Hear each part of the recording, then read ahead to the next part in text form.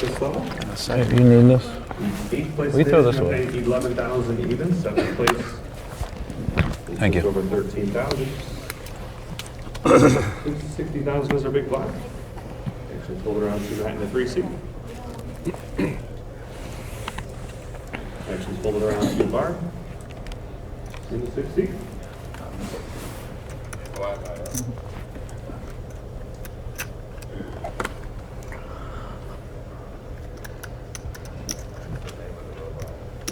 Stretch your legs out. Yeah.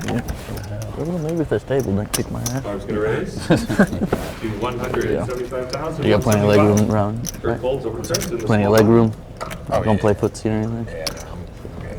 Can't stretch Unless you're your gonna feet tap me outside, if you got a good so hand or right something. here. Yeah.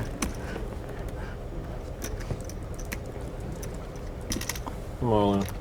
Raising on. Chris is going to move all in. Out of the 8 seat, John Foles actually is back to Barb now in the 6 seat. Chris is all in out of the 8 seat. There's one. 6 of these or 5? Greg? Yeah,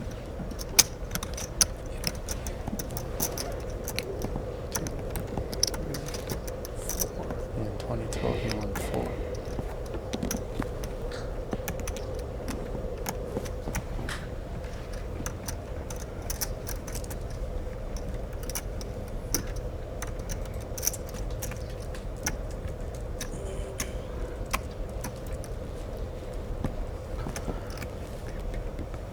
Did you get the stacks already?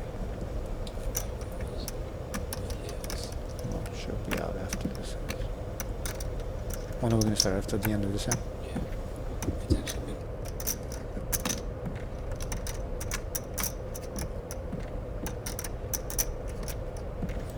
Okay, now. Alright, it's cutting in and out. Who busted that?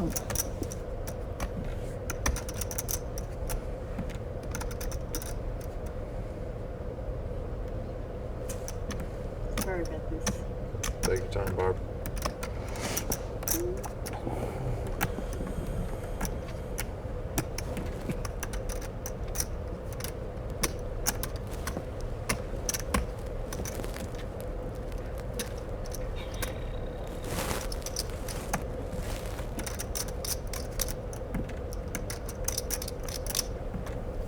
Barb's going to fold. And Chris in the 8 seat is going to take down the bottom. Chris, anyone out there with you watching today in the audience? Yeah, my mom and my fiance and my cousin and my kids. Beyonce, a couple friends out in the audience cheering him on today. 5 minutes left. At this level, we're still at 10,080, 30,000, 50,000 on the one.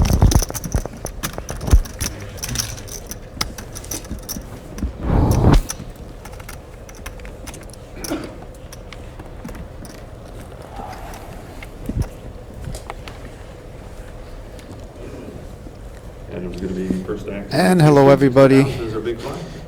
Welcome to the HPT final table. We're here at Belterra Casino, Florence, Indiana. And this was the largest field that we've had down here in Belterra Casino. This is the 6th time we've been down here, and the field size was 435 players, and we're down to our final 9 players. We did have a few technical difficulties. The game has been going on for about 30 minutes. So unfortunately, we did have one of our players bust. This was Don Ducati, who started in the 5 seat with 840,000 at 30,000, 60,000. So he only had about 14 big blinds, and unfortunately, he did happen to bust already. We are down to our final 8 players, and let's introduce our players. In the 1 seat, we have Jeff Maiden. He is from the Plains, Ohio, 58 years old. He did start in the beginning of the day with 1.3 million in chips. We are going to give you updated chip counts as soon as we get them. Like I said, we have been playing for a little bit, so the chip counts are not accurate. But this is the chip counts that they did start the final table with. So he started with 1.3 million, which puts him at about 22 big blinds. He's got about 63,000 in lifetime earnings. Our number 2 seed is Adam Stevens. starting the final table with 2 million in chips, about 33 big blinds. He has about 50,000 in earnings. He is 32 years old from Ohio. Our number 3 seed is Matty Lawrence. Started the final table as the chip leader with 2.17 million in chips.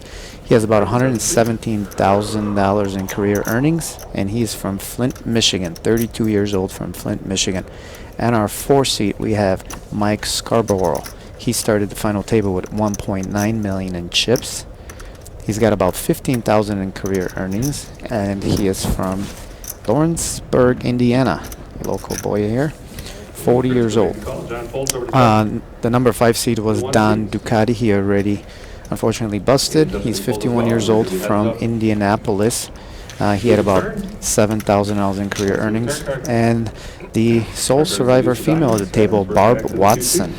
Barb Watson is from Cincinnati, Ohio, and she's got a decent resume. 26 cashes lifetime, 66,000 in career earnings. And in the number 7 seed, 31 years old, Kurt Jewell, the great Kurt Jewell. He's got $942,000 in career earnings, 71 lifetime cashes, multiple WSOP rings. He's from Frankfort, Kentucky. The most experienced player left in this final table. He's got 36 final table appearances with 10 first place finishes. So he definitely knows how to close out a final table. And right behind him in the number 8 seat, we have Chris Hoagland, starting with 1.1 million in chips. He's 44 years old from Lexington, Kentucky. He has about $2,000 in career lifetime earnings. By the way, Kurt Jewell did start this final table with 1.65 million in chips. And our final player, 30 years old, John Nelson from Ohio. Curtis, Ohio, started the final table with 1.7 million in chips, and he is the second most experienced player of the final tables with about $530,000 in lifetime earnings and best cash, lifetime cash of $151,000. All right, so now we can jump into the game and pick up the action. Yeah, buddy. Sorry, I have not been following too much of the action. I'm getting prepared for this final table, and It's my friend, Chris. Greg's with Kurt. It's only a minute. The minute was for Mike, and now you're done. Now he moves Joel on. just flopped a set of 4s against Adams' ace-5 on a 4-10-5 board. I'm winning these cheering. Close to 2 million, so he looks like he's up to about 2.2 million in chips. And right next to me, I have Greg Raymer, the 2004 WSOP Main Event champion, and he's getting ready to jump in the booth and join me and make things. Hi, Greg.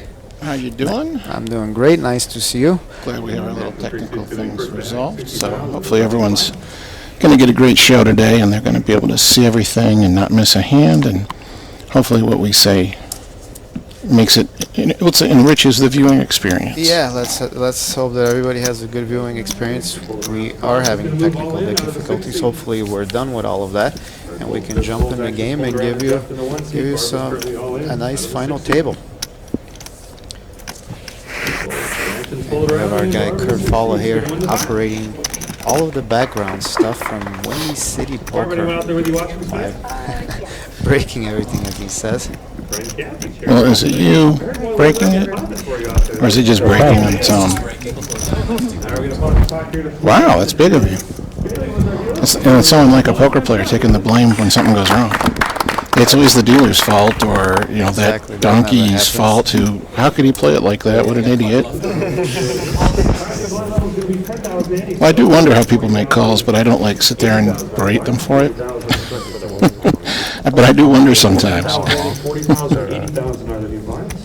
And Craig, what is your Twitter handles for our viewers if they have any comments or questions? Yeah, just at Fossilman.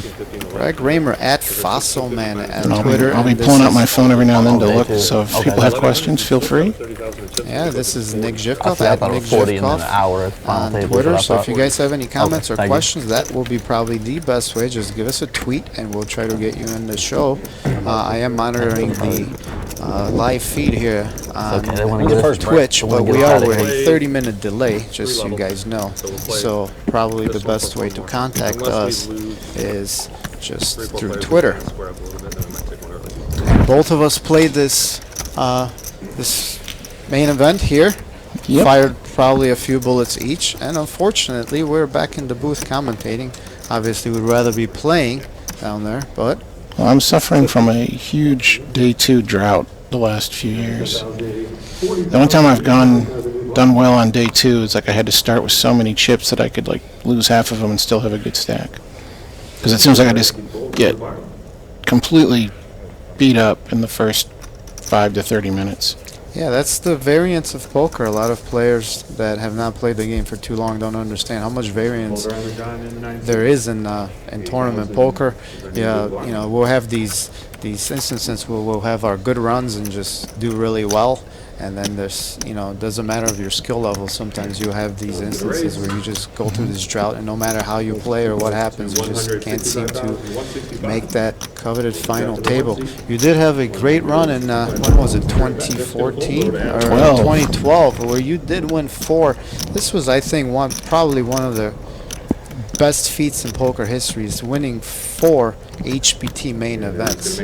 Was that back to 3 of them? Weren't they back to back to back? It was, I played 6 HPT events that year, and you ended up winning 4. 3 out of them 6. were in a row for me. I mean, they weren't 3 in a row on the calendar. Right, but for They were 3 in the row that I entered, and so it was like I won 1 in the spring in New Mexico, and then the last 3 of the year that I entered, which the 4th one was here at Belterra. That was the season finale championship for that season here at Belterra. Oh, so you were at Belterra Casino. And we won it, and the day was over soon enough that like I treated the entire like HPT staff to dinner at the steakhouse. I heard about that. I heard about they do have a great steakhouse here in Belterra Casino.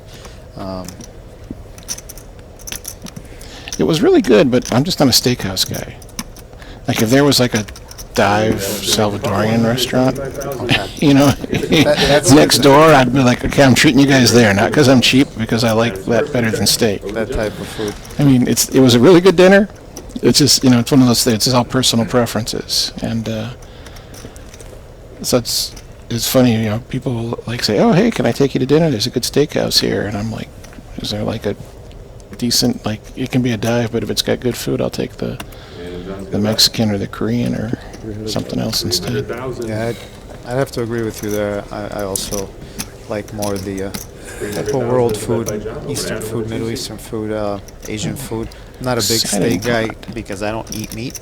So We got John trying to steal here with Queen 9, and he flops top pair, turns trips, but the defender, Adam, has the nut flush draw. John to the nut flush. And 9 of spades will be a bad card for Adam. Adam needs a spade, but not the 9 or the 10. King of spades. wow, and he And does he get there. gets there, and now this is huge bad news for John. And he checks his. He got there and he checked his flush. Well, that one, you know, you can go either way whether you should check or bet out there. I mean, if you think your opponent's got air, you've got to check. Yeah, you don't want to bet in Because the. he won't push call him with off his air. bluff. And the other thing, if he does happen to have a queen, you know, he's going to bet for sure. So I do like to check on the river. Well, and the king is a scare card too. You can represent, like I was calling you down with a 10, 400,000 was the bet. Adam makes And- the call. John and Adam just calls. Yeah, he has a to just little- call there. He can't. He doesn't expect to get called by a hand that he beats if he shoves all in. Again, we're not 100% positive of the stack size at this moment because we have been playing for a little bit. Yeah, But I like that line on the river. I don't mind it, but it depends. Like I said, if his opponent does have a queen, he's going to get called. And there are queens that, you know, aren't full houses, ace queen and queen jack and the queen 9 that he had and stuff like that. I mean, that's She got here just in time. it's like if we were playing online and you had no live reads. Right. And I'd say you would, Bankers here. you would balance your range there. You know, it would be like sometimes raise, sometimes call. That'd be great. You know, Yeah, I think and- he went with the less variant line and just called, knowing that, you know, if again, I wasn't paying attention to the stack sizes, but they are decently deep behind, and he does call, and knowing that the flush is out there, he's probably most likely going to get called by a full house, or he's only going to get called by a full house, so he just decided to just check call. First act of the 16. But it also depends upon your image. I mean, I doubt Adam has the image of someone who's gonna, you know, make crazy bluffs. But, you know, just don't discount the possibility that your opponent is gonna make a hero call there with like a 10 or a king. Right. Kind of like, you know, because if John had just a 10, Right. he's flopped second pair. Now the queen pairs the turn. That looks like a good card. You're less likely to have a queen. My pair of 10s is probably the best hand. Right. And now the spade comes and you check raise. It's like, well, did you really make the flush? Were you slow playing the whole time? Or did you just decide, like, you know, I got a hair up my butt and I'm going to try to win this pot? And that's a scary card. And it depends upon your image. If you're, you know, you got an image of a tight, solid player, you can't expect to get called there by something weak. Personally, I expect to get called there by 10s, and even worse sometimes. Yeah, it all people depends. call me very light. There's so much play. You know, the player dynamic has so much relevance when it comes to, you know, playing a final table. A lot of these guys have played together pretty much the whole day yesterday. A lot Yep. of short-handed play. So they, you know, there's tendencies that they see in the other player that would affect the way that they play a certain hand. And yeah, definitely, man, I see merit for raising there in the river, knowing that, you know, it's hard to make a full house. If he does have a queen, like you said, he's getting called most of the time. Not many people are going to fold trips, just giving him credit for the flush. Gonna raise to 250,000. Well, to me, that would be the kind of the defining moment, like whether he should have raised there is So what am I? how often am I going to get called by even less than 3 queens? How often is this guy going to call me with because he hit the king on the river, because he had the 10, because he had pocket jacks, or even just a smaller pocket pair? You know, how often is he going to make a hero call where he really only beats bluffs? And so certainly, I guess I'm more used to making those value bets because people always seem to want to hero call me. Jeff now in the 1 seat. And Adam raised his button here to 250,000, and Jeff, I think that did Jeff limp? To the flop. Yeah, so Jeff, who limped with the. Alright, we're having a really good problem with the graphics. We got actually called by Chris with the Jack 8 of diamonds.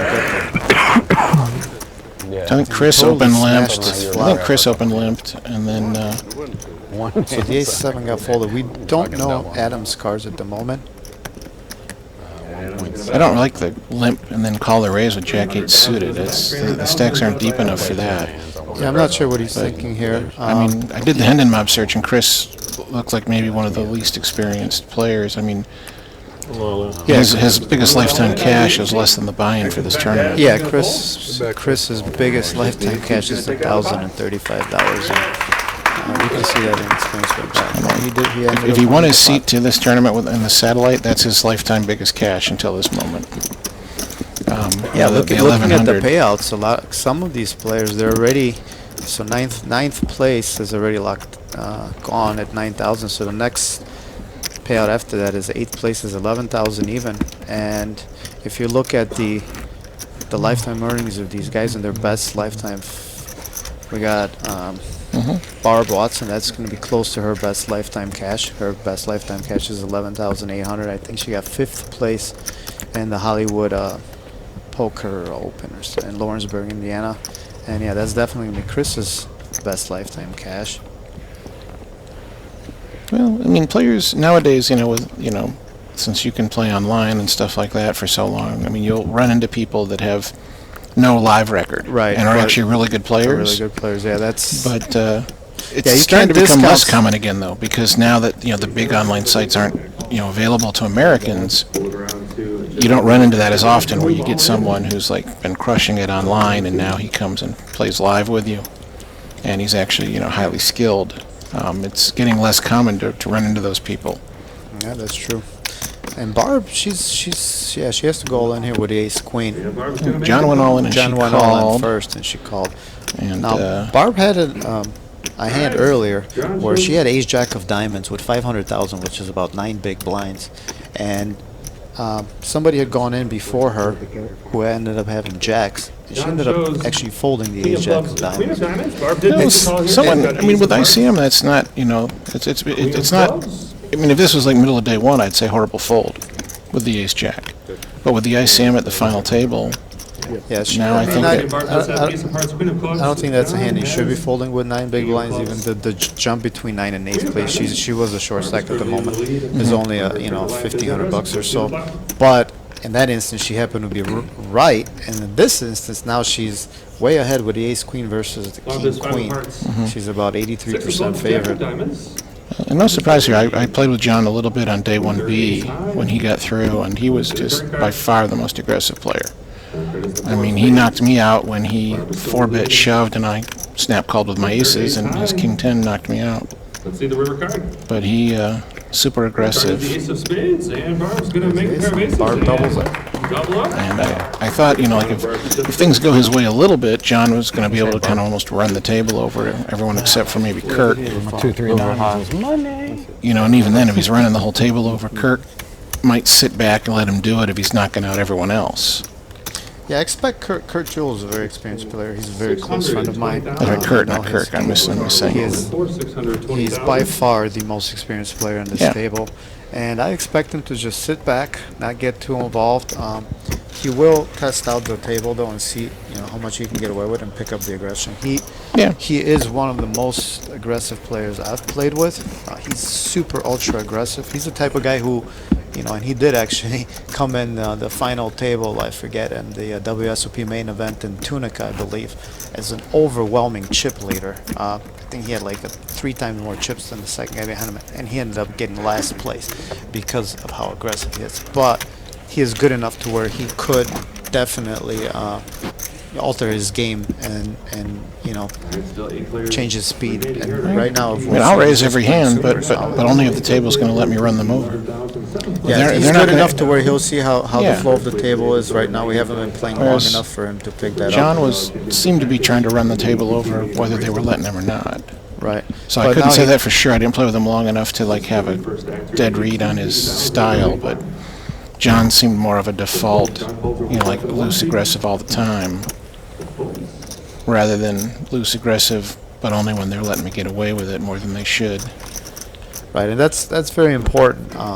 A lot of these players, whether that's their style or they're trying to adapt to new style, they come in and just go ham, aggressive on the table, and they just have one speed and one speed only, and that's a very big mistake, because what makes you a great player is being able to switch speeds and then, you know, sometimes play super tight, sometimes play super aggressive, just based on what the dynamic is. There's so many variances. We're gonna get to in see your a buddy play final this table. hand. It's been open raised by Mike, and Kurt's in the big blind with ace-5 suited. I doubt he's going to just fold here And for the min raise. And So the calling question here is not the best option either. Ace-5 doesn't play well against the range of Mike's range, so I expect him to either go all in or raise. Back to Mike.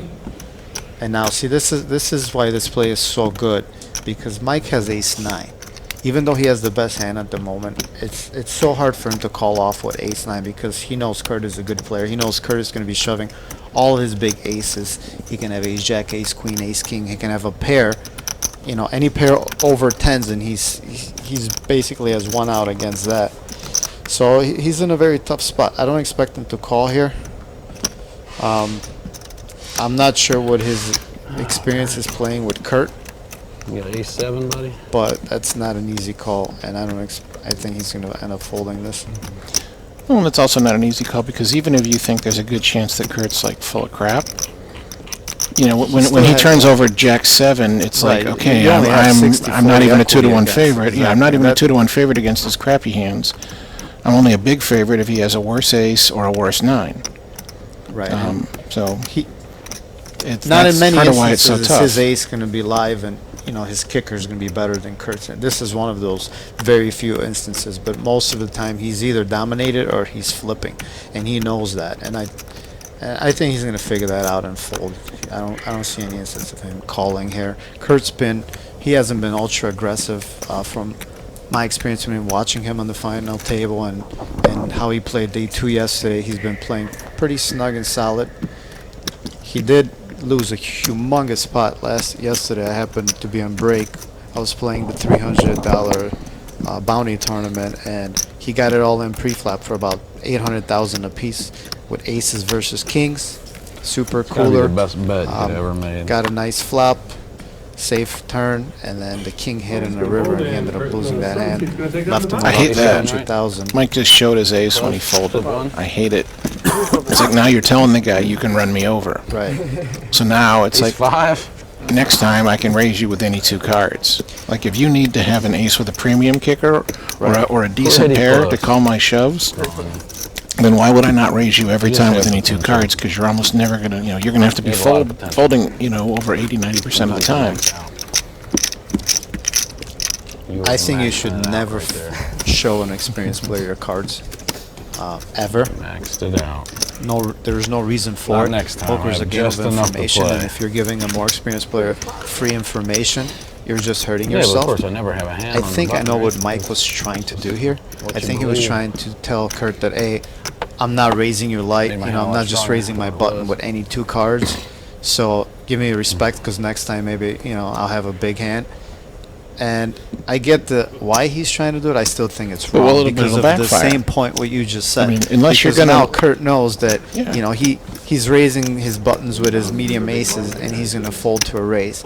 So he will be raising, many more hands from his big blind, knowing that he's probably only going to get called by the top 5 or 6% of Mike's button raising range. So Yeah, so it's like, okay, you had a real hand when you raised, but, Mike's gonna move all in out of the 4 seat, over to Barb now on the button. and I understand that, but, like I said, unless you're going to get super nitty Small blind. on your button, like if you're going to still like open the top 25% of hands on the button, which is fairly tight if that's all you're doing, but if you're only going to call the shove with the top 5%, then that means 4 out of 5 times that I shove on you, you're folding. you're folding, and they're not deep enough for him to get nitty here. And maybe if they're super deep and this thing will last for 8 or 9 hours, then I can understand trying to play some metagame and do something like this. But the average big blind right now is 25 big blinds. I don't expect, there's not much play at that blind level.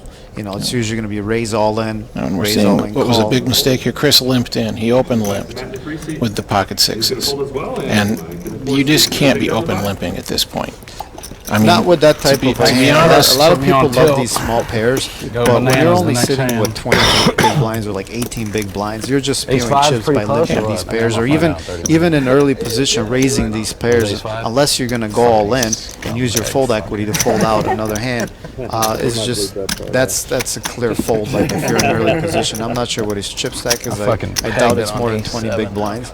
well, if he'd raised, I wouldn't have said like that's a problem. It's like So whether it's a easy, good like, play of or course, not, that's it's what not you have. horrible. Ace 7, it's ace 5. But I mean, personally, the only time you're seeing me open limp is like before the first wasn't break, from my before friend they're John in with 1.5 biggies. So back in levels 1, 2, and 3, probably way back call, 'cause then I then, just don't when there was care. no antes, I might open limp. That's what I was hoping for. But as soon as the aces are in play, Stacks are deep, It's worth or raising. stacks are deep, and the blinds are, and the big blind, the small blind are short.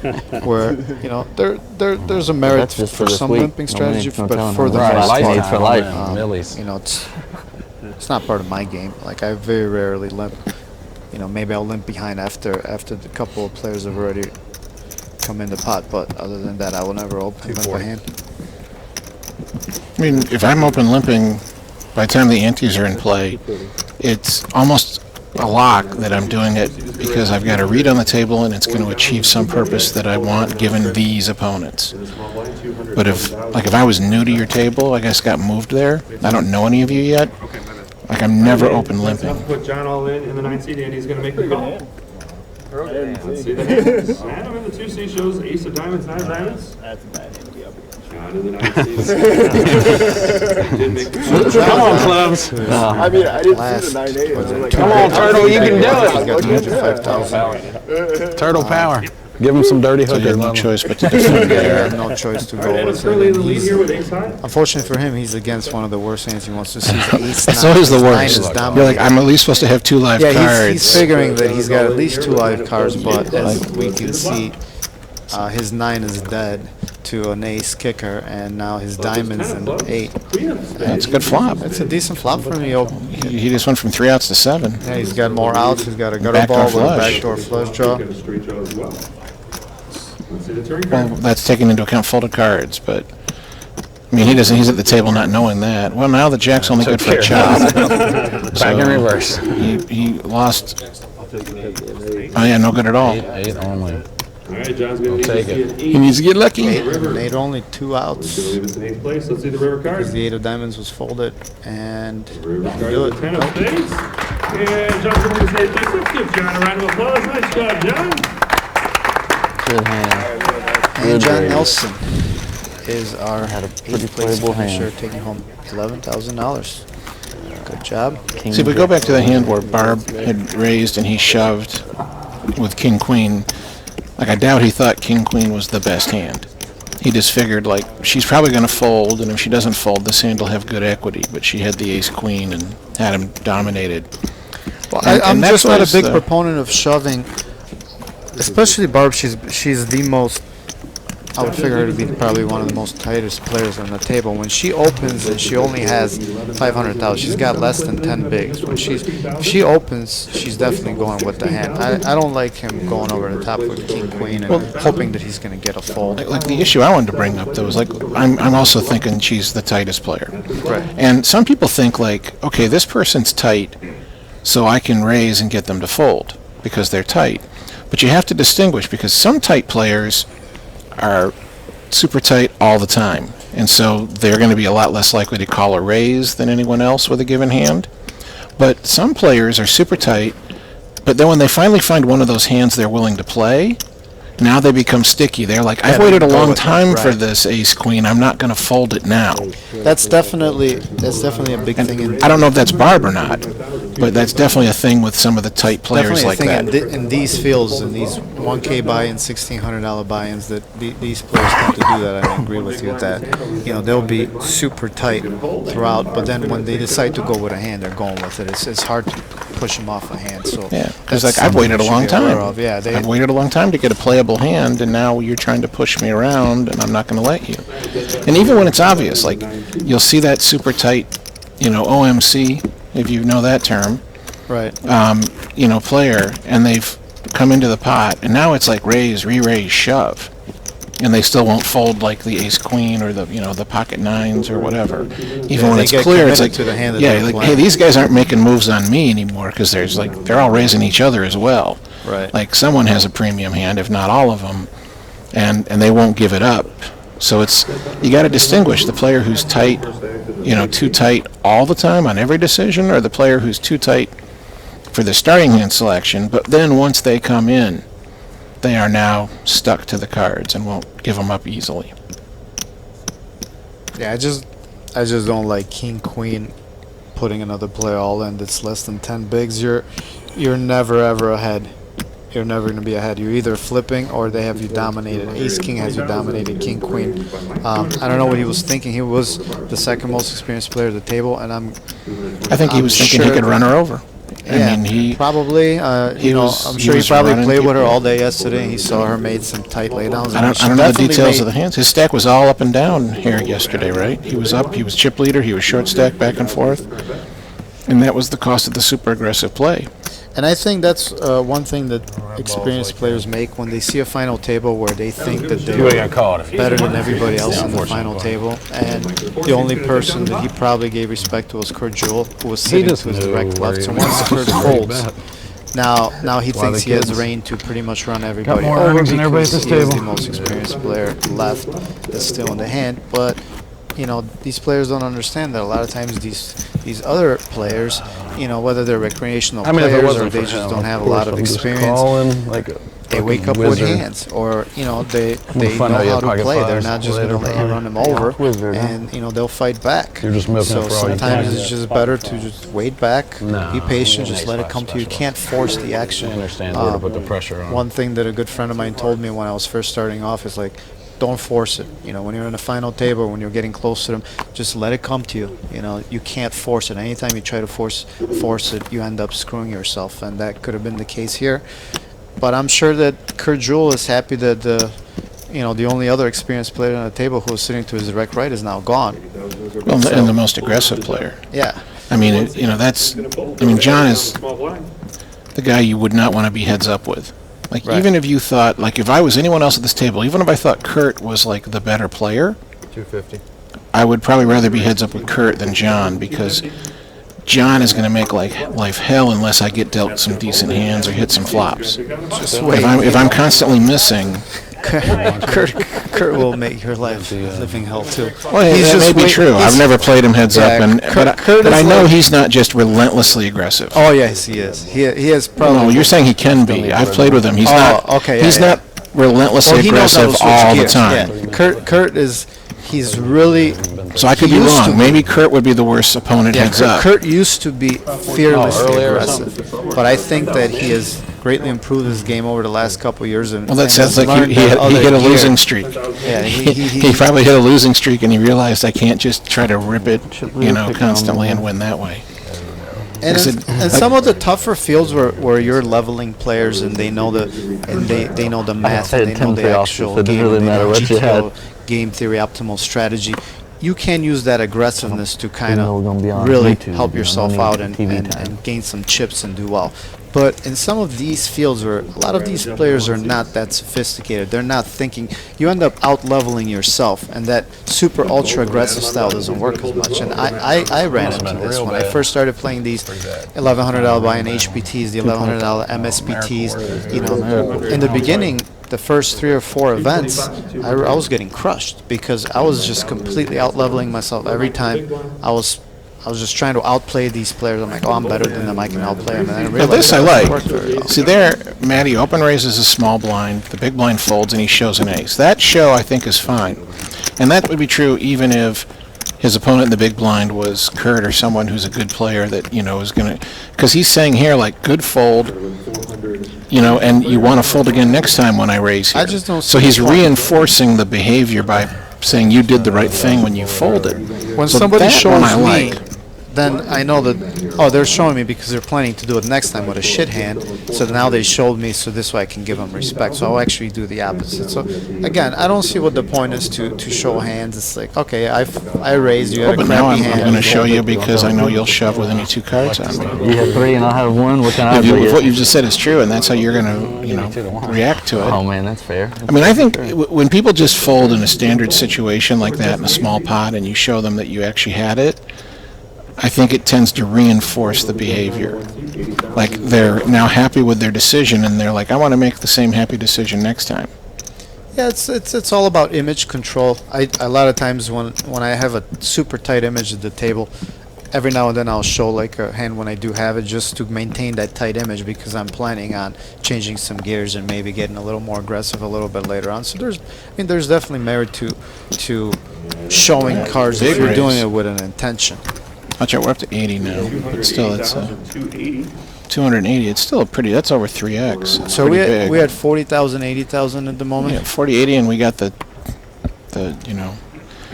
we're not a big fan of that kind of raise. I mean, it's probably not necessary. In other words, you're going to get people to fold. If he makes it 200,000, they probably fold just as often. And Yeah, you accomplish the same thing against the hands that you're expecting to fold. The only thing is now especially- when somebody again, wakes up especially with a Barb. big hand. Yeah. there's Barb in the big blind. You figure she's one of the tighter players. What hands is she going to fold for 280 that she'll call for 180 or 200? Yeah, I think when the stacks are super deep, opening and raising bigger makes sense. But when the stacks are shallow, there's no need. You get away with a 2x raise or like a 2.5x raise. It'll accomplish the exact same thing, and you're saving chips when somebody behind does wake up with a hand and plays back at you. Because now if Barb, like you said, being the tightest player on the table, now if she 3-bets her goals all in, what are you doing with your king Yeah, queen there? well, You're folding. He So should you're be, ju- yes. He should be folding it. You know, and again, I had a hand like that late in day 1C where the guy opened, when the big blind was 2,000, I opened to 4,200, and the guy re-raised from the small blind to 21,000. 25,000 is the And I had a good enough hand that I wasn't gonna fold, and his whole stack 225,000. was only like 52,000. So he's raised to 21 with like 31 behind, and when I put them all in, he folded. And it's like, why did you make it 5 times my bet and then fold? Yeah. You could have made it 3 times my bet, folded, and then saved all those chips. To the flop, 225,000 and a call. That's one of To the things I use to gauge players on the table that I don't know. Basically, sizing is a huge tell of how competent the players are. And so I always watch sizing when I have players that I have no idea who they are or how they play, and within, maybe the first half hour and an hour, I can kind of peg if they're a good player or not a good player, just based on their sizing. He has the queen of spades because this might be a bad card. What do you mean? We have one bad card that's not reading. I think it's the queen of spades. Okay. Oh, and so we're being told that we have a bad card that the RFID's not picking up. And does that mean so the display won't show either card? Correct. And I believe it's the queen of spades. So we think Mike might have the queen of spades in his hand. So And obviously that makes him the favorite at the moment. If he does, because he has second pair versus Maddie's no pair. So Matty opened to 2 1/4, which is about a little less than 3x pre, and Mike defended. We're not sure of his Mike's exact gonna hand at the re-raise moment. all in out of the 4 seats. Mike is currently Well, all in. he's going to win the pot. Now, we know that much. We don't know what his cards are, but we know he's going to win the pot. Well, 'cause if Maddie's not calling with a gut our guy shot. Kurt is correct, and he does have a queen of spades. We know he has at least a queen, and I'm sure he doesn't have only a queen. So most likely, he probably has king queen. That's gonna bolt. We just know Maddie's not going to call off there with a gut shot and an overcard. I mean, he could be drawing, 3 outs to win. He could be against Jack 10, and he could be against a set where he has 4 outs, but then he has to fade the redraw. I mean, there's just it was too big of a raise for him to. If Maddie called there with ace 10, he's a genius or an idiot. Yeah, and even his opening bet, I think. Again, his sizing here was a little bit bigger than I would have made it. I think he could have bet 1/3 pot, found out the same thing. The king queen 9 flop favors Mike's range. I mean, it favors his raising range as well, but Mike would have the type of a hand that he's not folding, unless he called with like pocket 8s or 7s or 6s, which are gonna fold to a 1/3 bet anyways. And there's no need to bet like half pot or like 60% pot and then run into this situation where you get raised when you only have ace high, you're only drawn to a gut shot. So The main thing I'd say is consistency. I mean, I would want Maddie's bet sizing to be consistent. I mean, bet 60% of the pot there if you're going to bet 60% of the pot pretty much every time. And that way the bet sizing isn't giving it away. well, it's not only about the bet sizing going away, it's like balancing your strategy. And Maddie's trying to get cute here and raising 6-3 offsuit. And here Barb wakes up on the button with pocket kings. Looks like a little tilt, like, hey, I'm pissed I lost that last hand, and I'm going to get it back now. See, actually, I don't here. love this right here. I don't love this at all. Maddie's been opening a lot, and she has such a. I mean, I would love just a flat here. A lot of players are so afraid of getting their big kings getting cracked, so they don't get max value. And she makes such a huge raise. She's basically making a pot committed raise. He knows that she's going with the hand. She's putting more than half of her pot inside it. What did she raise it to? She raised it to 600,000. Well, you're making me think of this hilarious hand from one of those tables I won back in 2012, the one in St. Louis. We were down to 4 or 5 handed, and there was this young girl at the final table whose name I'm not remembering at the moment, and she had just become chip leader, and she open raises, not an unusual amount, and our former player of the year. Why am I so horrible with names? Yeah, I know him really well. The guy from Springfield, Sean? Missouri, Sean Sean Roberts. He's behind her, so he's next to act after her. And he starts like counting his chips, and he like it's like it was like a dealer splitting a pot. He's like adding up, takes his big chips and he kind of divides them in half, and he takes the next denomination, and he ends up making 2 towers, and then he moves a couple of chips from one to the other, so it's like clearly like slightly more than half, and then he re-raises like just over half of his chips. Right. And the rest of us fold back to her, and she snap shoves, and he snap calls with kings, and she has like 10-6 offsuit. And I'm talking to him later, I'm like, why? Like, because his raise was like big. It was like his Pot committed, yeah. well, not only was he pot committed, but it was like 6, 7, 8 times her bet. Right. So it was a big raise, even if you didn't know stack sizes. Right. And I'm kind of like, it's like, Why are you he's like, making well, I it knew that she big? was going to shove, and I'm like, well, I would have thought, you did everything you could to make it possible for her to not shove. Not shove, yeah. Like, she should have realized, like, even if you're bluffing, you're never going to fold, Right. and I've got 10-6. And like, I can't argue with results. He got the double up out of her.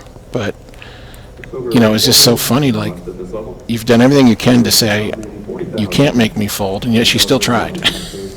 Yeah, sometimes it's funny how these, again, more unexperienced players, maybe she's trying to level herself, thinking, oh, he's betting that big because he wants me to think that he's not shoving, which means he's weak, so he's actually going to fold if I shove. But, Yeah. And maybe that was... game theory dictates he's not going to fold. A good player is not going to put in 50% of their chips. And that was way to before his fold. Player of the Year, and she certainly was. She was barely 21. I don't think she was any much more than like 21 or 22 or something. So she clearly couldn't be that experienced at live poker, because she'd only hadn't been of age long enough. And so for all those reasons, oh, look at this We have a hand kings. developing here. Barb raised with 6s, and then Adam is here with pocket kings again. The same way. And we don't know what Chris has, so I guess Queen of Spades is possibly a card in his hand. Yeah, And he my guy called. Kurt is correct. He's got at least a queen of spades. Because Barbara is the tightest player. Did we just? What did we hear him say? 650,000. 650,000. 650,000. Back to Barb. Now we'll And see. Barb Is is Barb never just gonna going continue. No, to she's gonna fold see if she this. was the kind of type player I described before? She'd like, I've waited for a pair. I'm not going to give it up. If she's just tight in general, this is an easy fold with the player behind you as well. Yeah, she's folding this. There's But, not a chance she's ever going all in here. But I'm guessing Chris I is think going to she's feel the- pot stuck, and that's part of the problem with Chris's call there. He called 225K. Well, let's say, for example, if Or does Chris he have has, $1.5 million? if Chris has I'm sorry, he's queens- not pot stuck, but what are you calling with unless you're like trapping or something? And that's my thing, is if he knows Barb is the tightest player at the table, so he might be giving her more credit than she deserves. So let's say, for example, if he's trapping there with queens or I'm thinking, these players have been calling out with king queen, but kings are blocked, so we could probably take that out of his range. So he may have ace queen actually. No, if he has And again, ace to the queen, viewers, he if- probably just has to. He can't afford to just call and try to hit the flop, though. It's, he's calling off like a sixth of his chips to try to hit a flop. It's too much. I mean, it's possible that he may have queens behind and is calling to trap and play pot control, make sure like an ace or a king doesn't peel. Yeah. Well, you and I know that's a bad mind process. That's a bad mindset. Well, again, when I'm commentating or playing against these types of players in these fields, I try to kind of dumb my game down a little bit and try to think what they would be thinking, not necessarily, what I'm just I letting the would do or audience what- know. Like, yeah. what you were saying is what they may be thinking, Right, but you that's- and I are saying that's right. not the way you should be thinking when, everyone out there listening, when you're playing in this spot, you should not be thinking, I'm going to only call with my queens hoping for a safe flop, because that's when, especially you get someone like John before, super aggressive. Well, he might have opened with a hand like, 7-5, and now that 5-7 deuce flop looks so safe for your queens, and you let him get there. Now we're down to Chris. So he had a lot more. I didn't realize it was 3 stacks of blue, so he had a lot more chips than I thought. So He had like 1.7. Chris is gonna fold in. Each stack of Adam with blues 2 gonna take on the for our ball. audience. Blues are 25,000 chips. Grays are 5,000. So each stack of blues is 500,000, and each stack of grays 100,000. So you can kind of count out and figure out how many chips everybody And we're has. hoping everyone's keeping them in the stacks Yeah, of 20 like most they're players supposed to. keep them in a stack of 20, which round them out to those numbers I just said, 500,000, 100,000. But some players just like to build huge stacks or huge chip towers. So you kind of have to look at them and manually, guess and try to gauge how many chips they have. And the more experienced you are, you'll be better at that. You can just look at a stack. I don't know if Legos will help you, but if you've played poker a decent amount, you can kind of figure out that's almost 2 stacks of 20, so that's about a million, let's say, for example. But in this table, as I'm looking around, everybody's It looks like keeping them. 20s. I've run into players that actually keep them in like 18 on purpose because they figure you'll overestimate their stack size. There's They're all like, kinds it looks of like angles. 20. It looks like 20, but it isn't. And so now they look like they have more chips than they really do. To 170,170.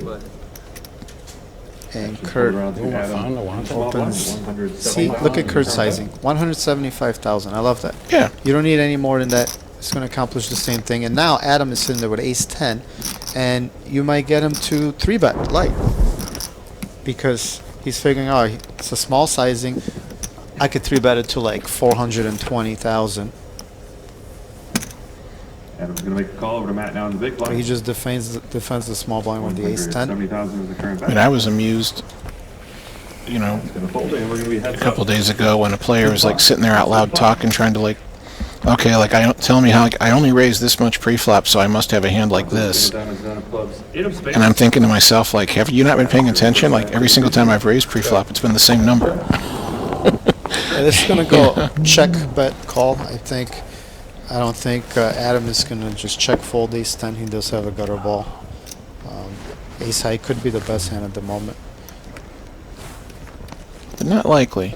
I mean, most decent non-ace high hands have hit that flop.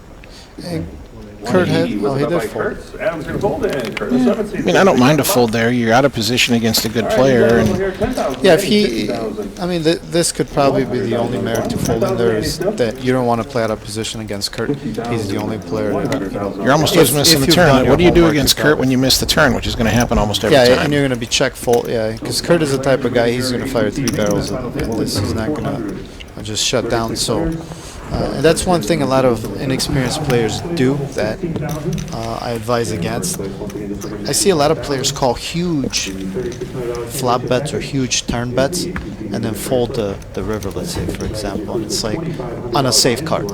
And I don't get that. It's like if you're folding let's say, whatever the flop is, if the river is a blank and you're going to end up folding, then why are you not folding the turn? Why are you putting in a third of your stack and then folding anyways? It's like, Oh, the blinds are at 61.20? Wow. yeah, the blinds are going up quick. And Were we not just at 40.80 a little while ago? we Oh, were, there's but on a 50-100 we are level? 40-minute levels. The $1,100 buy-ins in HPT are 40-minute levels. So blinds are up once again to 61.20, which Fold over to Adam on the button. He's going to fold as well. Folds over to Mike now in the big blind. 275,000 is the current bet. is going to make for an interesting dynamic. Now, a lot of these players are, pretty much all of them are less than 20 big blinds, except maybe a couple of the top 2 chip stacks. And the average chip stack now is about 13 big blinds. So we're going to see a lot of opens and just all ends. Got you there last night. So Barb is up to what? folded She's it. got Oh, 1.5, You said 1.7 million. She started the table with 800,000 with You had to 10 do big blinds. 6, She's That made was a little. reported real nice. He put 6-2 More than doubled off her for stack. 6-2 suited. And again, blind or Curtis blind, betting, huh? she Yeah, folded yeah. ace jack of diamonds when she And the only guy had about 450K. 9 big And blinds. raised it to 120. And she faced an all-in So I didn't know versus what jacks. hand to put 'em on, Now right? she didn't know that, but And we then could go see that in the check booth. flop. He And said we got it on she the was flop. way behind. And how many players are going to fold ace jack of diamonds with 9 Obviously, bigs? I'd check. And she's a good, solid player, and when you look at her hand in mob, though, you kind of see that because she has, several, a good number of results. Yeah, she's got But she doesn't have a 6 single flop win. earnings. She doesn't have a single win, so that's part of the problem. It's not that hard to make the donkey money next to if me you when just I play came a in, solid yeah. game, Right. and it's go? Oh, no, it was right. and then you can 60 go off, right. deep. Oh, correct. On your luckier events where you run, we can't pick up some more hands or hit some more flops. But it's hard to win just playing solid. Right, and that's how you can gauge how aggressive a player is too. Is when you look at how many final tables they have had and how many tables they have won. Like Kurt, for example, has had 36 final tables. He's won 10 of them. You know, a quarter of his final tables. That shows you that he knows what it takes to actually go all the way to the top and win this thing, which is a lot of aggression, a lot of, you know, well-timed. It's actually well-timed aggression. A lot of these players have multiple final tables, but again, through the hand-em-up study that I did, doing my homework for this, I saw a few players that have had multiple final tables but no wins. And exactly to what you were just stating is that Barb is one of them that, you know, they play super tight game, which will get you to the final table. It will get you to, you know, maybe even like 4th, 5th place, but it's very hard to win once you get short-handed, because now all of a sudden when you're short-handed and playing, you know, 4-handed or 3-handed, if you're sitting back waiting for a hand, you're just going to blind down to the point where you're going to have to ship any 2 and you're going to lose. I mean, you can still play solid, but you have to play. It's a different version of solid because, I mean, when the table's 10-handed, if you're essentially waiting for a top 10 or 15% hand, well, then that's not inappropriate, so to speak. But now that you're down to the last 4 people, that means the top 25% hand is probably the best hand pre-flop. So that's part of the problem, is some of the people who are like the solid players, they don't understand that, like, you know, like ace-4 is as strong a hand four-handed as, you know, ace-king is at a full table. We have a big pot developing here, and I didn't see how pre-flop action went, but I'm not sure what Mike is trying to do with it. I think he... Okay, so Kurt Jewell opened ace-deuce under the gun, and Mike called from the small blind with 8-5 of spades, which I think is a huge mistake. It's not a hand you want to play against an under-the-gun raiser, especially a guy with the caliber of Kurt Jewell. Well, and then he just tries stabbing. Check calls the turn with a gut shot. Like, oh no, I'm sorry, he bet the turn. No, he tried to bet the turn, and again, terrible mistake, because ace-queen-4 hits the under-the-gun raising range strong. I mean, you know, Kurt should be smashing this flop every time. Well, so but when you the thing is, when Kurt didn't smash that flop, he's not checking behind the flop. right. So if Kurt had raised with 6-7 suited, he's probably not checking behind on the ace-queen-4. And Kurt makes a good check on the river. He knows, and he's gonna wait. Oh, he didn't. Double See, check. I would have waited to see what hand he had. True. I would have not opened first. Mike is the first that should be opening his hand. If I was Kurt, I'm waiting. If you want to fold, go ahead. Fold your hand, but I'm not going to show you my hand until you show me yours, because that's information. Again, Kurt could have gotten some free information knowing that, okay, Mike is defending his small blind super light. That's one mistake that a lot of you know, less experienced players make, is they over-defend their small blind. I'm a huge proponent of defending your big blind when it's for a min raise or like a 2.5 raise, just because of pot odds, and you know, I'll defend pretty liberally. But from the small blind, you only have a half a bet in, you're going to be out of position, and a lot of the times when you defend your small blind, you're going to bring in the big blinds. You're definitely going to be out of position against 2 players. So And I you might tend not to get be- to see the flop. The big blind still might raise.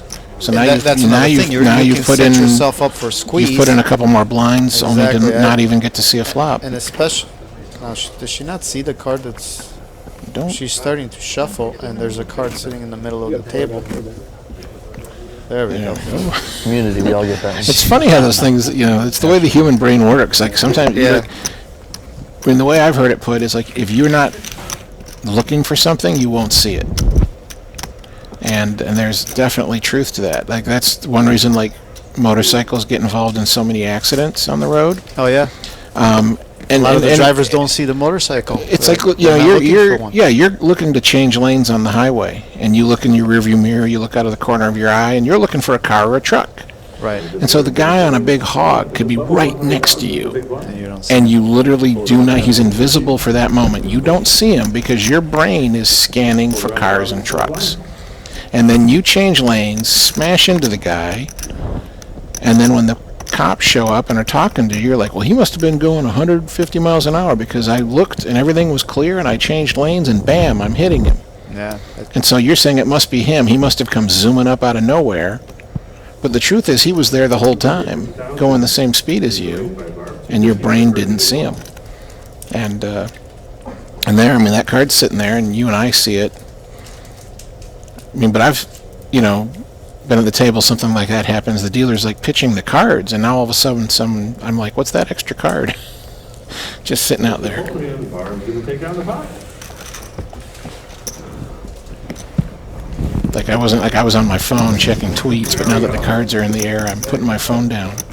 And I look up and I see a card in the middle of the table, and the dealer isn't even pitching anyone the second card yet. And I'm like, what's that card? Barb is by 1.7. Yeah. 2 seeds got 1, 2.5, 6, 7, 8, 9, 3.2. 3.2 million for Adam Stevens. And I didn't find him at all in Hendon Mob. I was surprised. I couldn't find him at all either. I thought there would be multiple Adam Stevens, and I'd have to what I figure out thought, which one it there was. Not even one. There wasn't a single Adam Stevens. I was like, I wonder if they misspelled his name. No, and his name is actually Jeffrey Stevens. He likes to be called Adam.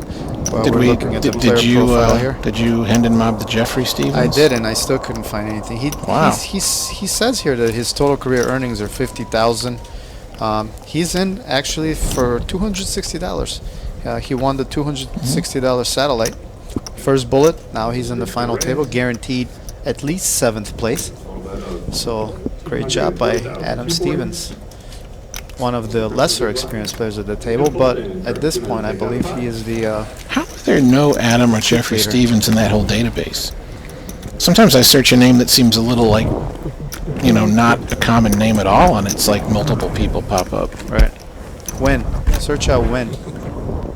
See how many people pop up there. Search where? Win. And what was it? NGU. Oh, search for the name when, yeah. Well, but that name is like more common than Smith. Oh yeah, that. If you're Vietnamese. That for. You're probably gonna get over 100 players. And a lot of Asian players, they're gamblers. They love poker, so a lot of poker players.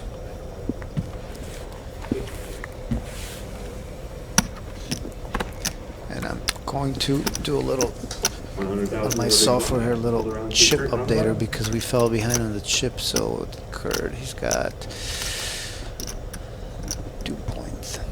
2.3 for Chris, or no, that's 1.3. So Kurt's opening the button with a suited ace, pretty standard. And he might get a call here from 8-7 offsuit. Now Kurt has picked up some chips. We're playing 7-handed right now. So something's got to be a mistake with the blinds here, because it says raise to 220 and 100 to call, but we know that can't be correct. If the big blind's 120. Yeah, so But then how is it the raise is only 220? It'd have to be 240. No, but it says Kurt raised to 220 on the button. Oh, you're right. So if it's 220, No. so I think it's 50, correct. 100. No, it's correct. It's 120. He raised it to 220. He can't so raise to 220. He has to raise to Oh, 240 minimum. you're saying is yeah, it was 240. No, it was 240. Yeah, he raised to 240. Did he raise it 240? Okay. Yeah, he min raised it. Okay. Yeah, because it did say at the end plus 240. So I was just surprised. I thought we would have had. I mean, we had the 500,000 level and the 5,000, 10,000 level. I thought we'd have had the 50 and 100,000 level. Kirk Fowler just went out. Yeah, he's going to double check the blinds. Make sure. I'm wondering if the blinds aren't actually 50, 100.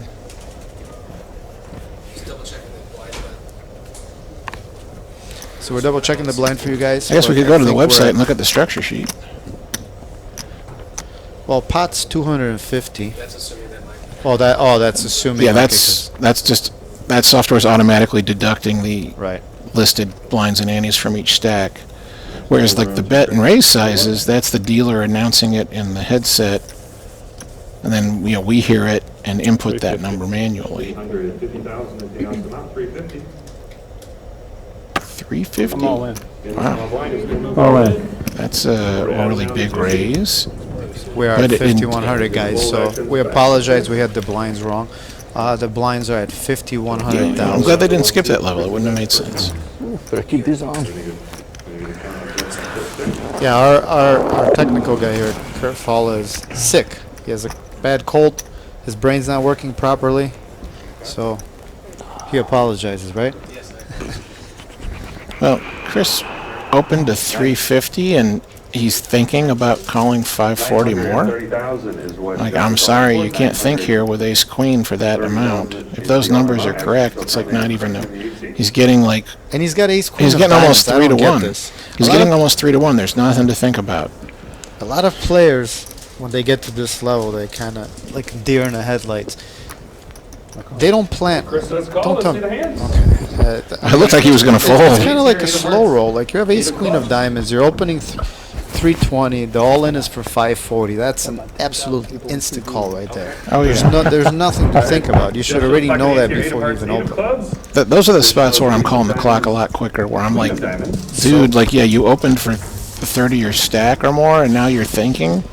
Like, there's nothing to think about. So we have our standard race here between the one seed. I call the clock as soon as, like, I think the floor is going to, like, permit it to be counted down. Like, I'll give him the 1 minute, and then I'm like, clock, like, come on, dude. Clubs, 5 of spades, Jack of hearts. Jeff is still in the lead with his pocket eights. And Jeff, 58 years old, from Ohio, in the lead. He came in the final table on the short stacks. Jeff is still And in the now lead it with looks his like pocket he... eights. It's either great news for pocket eights or the worst possible wait to the river Let's see the to river get card. beat. Ace in the river. River card is the Nope. Jack of Nope. diamonds. And Jacks Jeff's and gonna eights will double take others, it down. two pair, Jacks. It's always so much worse on the river.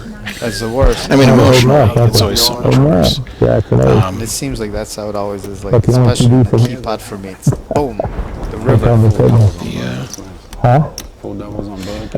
I mean, if you want to see some entertaining play, though, go online, like go to the HPT YouTube channel and watch the earliest episodes possible. Like, if I'm not even sure if it's on YouTube, like seasons 1 and 2 and stuff of HPT. No one in the audience, about 10,000 people. I mean, I remember watching some of those shows, and you'd see a guy like, he would open raise I got a big family. 3 times the big blind for half of his stack, Whole town. and then fold when someone put them all in. Shut the low And five. one hand in particular, I'm remembering, the guy did that, and he folded his ace jack, and the other guy had ace 10.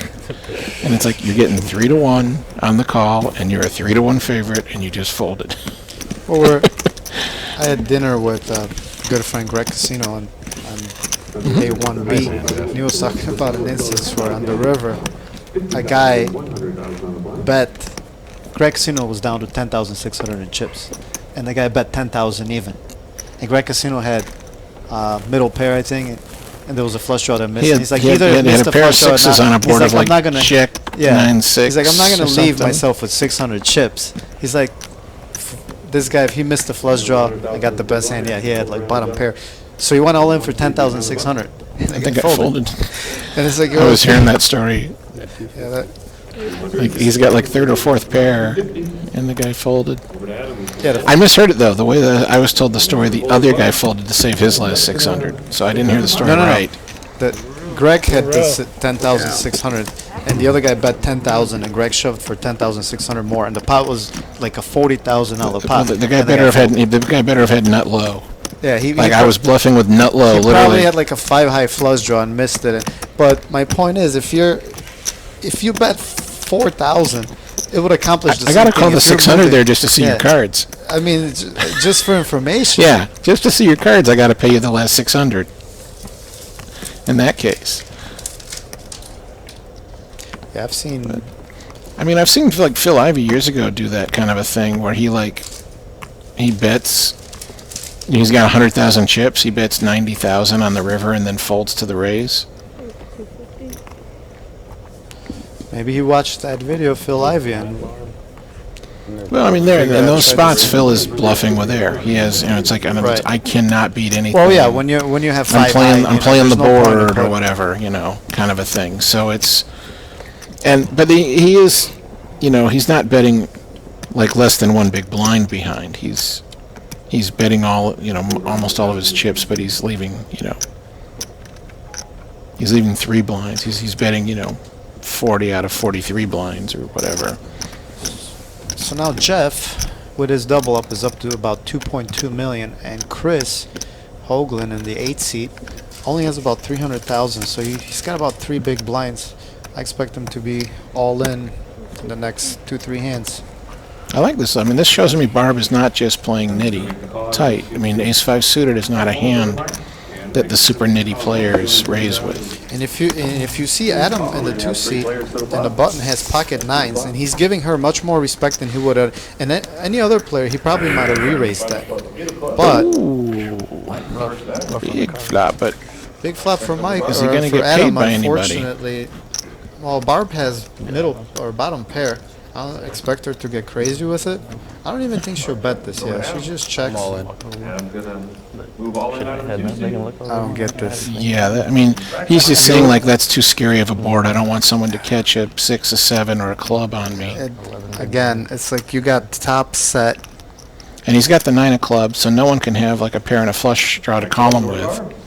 Like it's impossible for someone to have the 9, 10 I understand if clubs. the if the board is ace, king, 9, for example, and that hits You Barb's expect her to get range. called. Yeah, and you might expect to get called by ace, king, or ace, queen, or something. But an 8 or on a 5, 8, 9 board, where there's a raise pre-flop, I mean, she's thinking though, so I guess his shove has some value. she's not gonna call. I wouldn't think so. She's thinking that maybe he's got a flush draw, but if he's got a flush draw with 2 overs, he's Yeah. he's favored in the spot. So Or if he has Jack 10 with no clubs, he's the favorite to he's beat favored in her. any 2 over cards in the draw against her bottom pair. So I think there's just maybe Hollywooding on her part. And Yeah, I mean, like she did last all of time. his semi bluffs, he's a little over 50% to beat her anyways. she's never doing great against any hand that he's shoving there, unless it's some complete air. I mean, like ace deuce of clubs. Now she's a small favorite instead of a small underdog. Yeah, You so know, she's talking to something him. like that. She's Hollywooding, pretending she's folding a big hand here.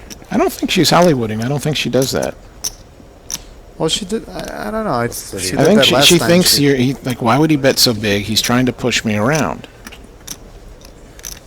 So I think she actually thinks that like this guy's trying to bully me, And Adam again. and then here's where she's his gonna fold, but inexperience she's shows. showing it. Yeah, Barb's gonna fold. Like, why show that again? Why show that you're folding a pair? That's just saying push me around more in the Did she future. show both cards or just a 5? Well, she turned it over, so I mean, people could have seen it, at least one of them. But it's like, And that spot I don't is like a terrible showing. show because yeah. if you're showing the ace, I don't know what the purpose is. Like you said, he's going to be, raising a lot and putting pressure. If you're showing the 5, well, now you just showed that you opened with X5, most likely ace 5. So now they know you're opening up a little bit. That's Yeah. again free information, and my it's- friend Kurt Jewell is sitting there and picking up on all of that information. I'm Oh, but it's free 100% information certain. that even like a weak player is you're not going to influence them into doing what you want with that information. So like I said, if I'm heads up against Kurt, I'm never going to show a card I don't have to, because it's not going to influence him in a way that helps me. But when I'm showing cards like to the whole table early in a tournament, it's because I think it's going to cause several of the players to be more likely to do what I want in the future. So whether I'm right or wrong, that's my intent. But there, it's like there's no way even the less experienced players are going to misinterpret that. And This is an interesting situation here. Mike raises small blind with a 9-5, which I do like. You have a hand that doesn't play well. You're going to be raising. You're going to polarize your raises there. You're either going to raise your nuts and your air, and he's raising his air. But unfortunately for him, Barb wakes up behind with Jack Queen of clubs. well, and it's she a good just calling calls. hand, but she's going to fold if she doesn't. Like now, she's going to fold if he c-bets.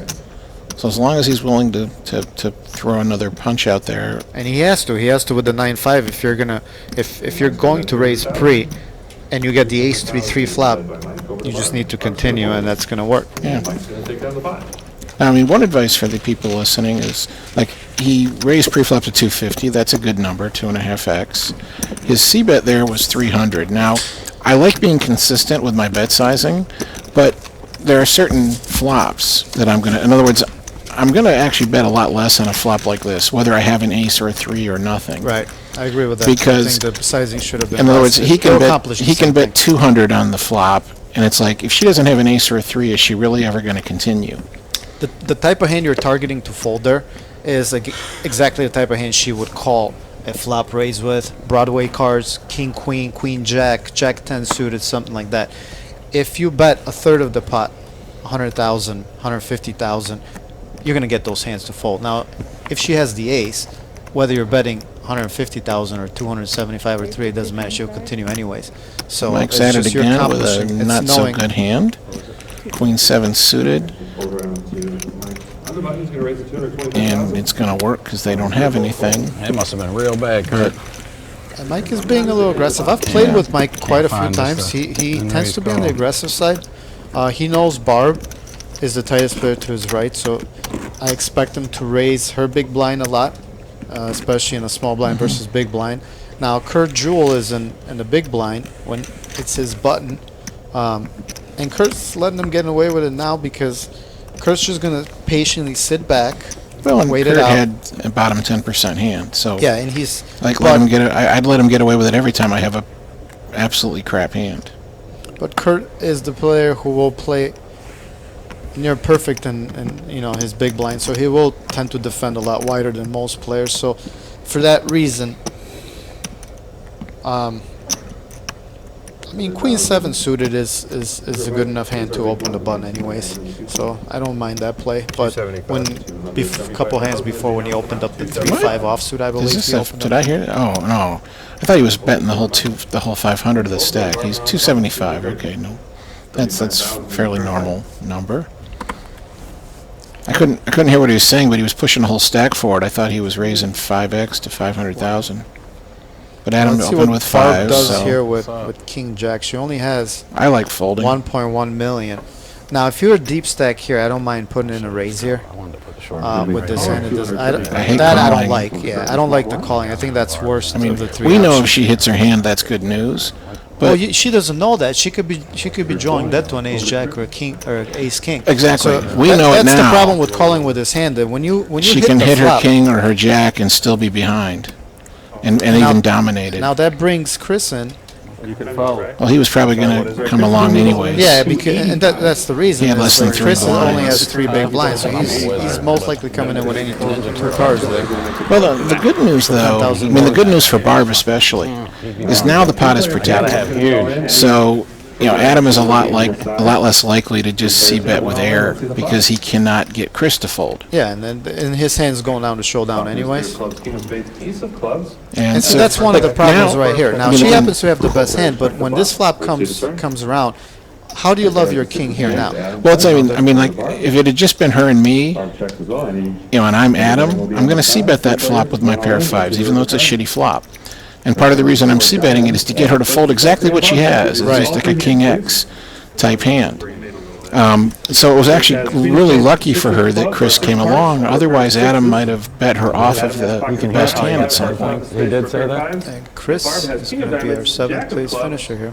For a pair of kings, Barb's going to win the pot. Chris is won the gonna pot. lose. I mean, King Jack offsuit is almost like the definition of a trouble hand. It's the kind of hand that I see people playing all the time. Like most players in these tournaments almost never fold King Jack pre-flop unless it's been like re-raised or something. And it's a hand that I will open fold frequently. I'm the worst. Especially if I'm in early and middle position, I just open fold it because it just isn't a hand that plays well. King Jack, Peanut gallery. All Queen those. 10, King 10. These they're 3 telling hands them are fucking probably wizard. the biggest Just 'cause trouble they're hands real that I bad. see people playing. That's why they're on the rail. Of course, right? that means every time I got knocked out of the main event, it was King 10. Yeah. Not me. I mean, I wouldn't have thought my Evan. Nelson here cracked my king aces with his King 10 all in pre-flop. Oh, yeah, you My said that my earlier. first bullet on day 1A, King 10 called my re-raise and beat my ace queen. And I did get knocked out on day 2 holding King 10 myself, but I started that hand with 1 big blind and called it off under the gun with King 10.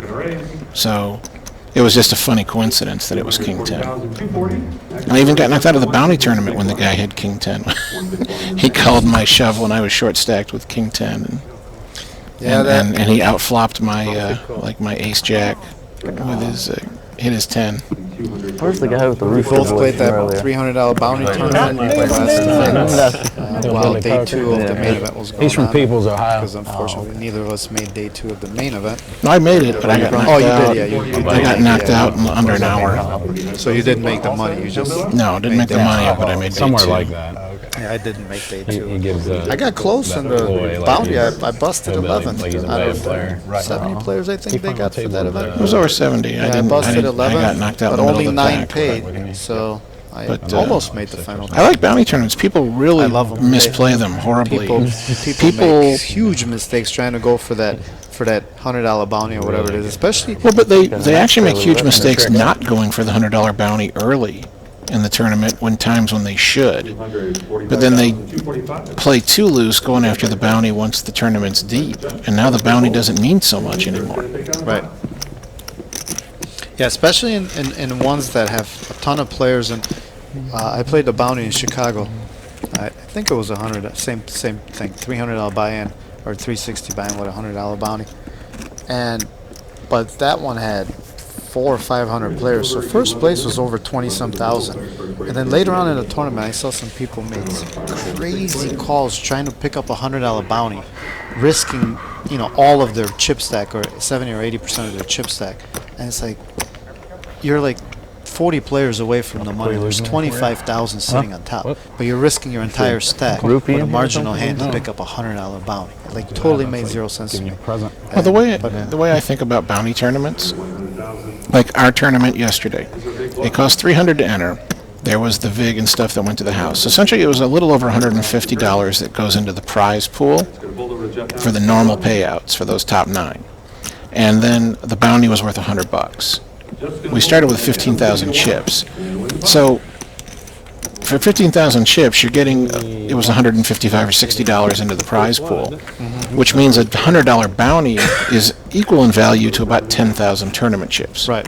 And so that's the way I think of it. Like, if you go all in level 1, for 40 big blinds, but that's 4,000 tournament chips, and I'm sitting there in the big blind, everyone else is folded, and I'm like, well, it's not like I'm putting in 39 blinds to win 41. Right. I'm putting in 39 blinds to win the 41 in the pot, plus the 100 that your bounty represents. So now I'm not getting like even money, barely over even money. I'm getting like closer to 3 to 1. Yeah, 2. I'm getting 2.5 to 1 on the call. So I'm obviously way more likely to call your shove, even with a bad hand. Right. And so I see players where they make big, like, hero folds, in my opinion. Like, they're showing, like, well, 40 big blinds, you must have my ace-jack crushed. And I'm like, no. If this wasn't a bounty tournament, your ace-jack is an easy fold. Yeah, But in a bounty tournament, you're getting 2.5 to 1. It's like, unless he has 2 aces, it's a good call. Right, yeah. No, I agree with you. I think there's definitely a different strategy with bounty tournaments. There's a different strategy with pot limit tournaments, like pot limit hold'em or pot limit Omaha tournaments, and a lot of players fail to adjust to those, and I think that's a critical mistake. Well, So but that's like what you makes said, a good player. The same is bounty knowing tournament, though, now that like they're adjustments. deep, especially if it's like let's say the one in Chicago, let's say you're already in the money. People Right. are like, okay, I've already made the money, and now you open shove for like 9 blinds, and the guy calls you with, deuce 7 off suit because he can win the bounty, and it's like, well, dude, Now it makes no but now sense, right. he's calling 8 more blinds, but the bounty at that point might only be worth like 2 or 3 extra blinds. Correct. So his price didn't really change a lot. It's like he was calling off 7 not to win 8, but maybe to win 10 or 12. So he still wasn't even getting 2 to 1 on the price, but he called because of the bounty. So I see they fail to adjust at both ends of the tournament.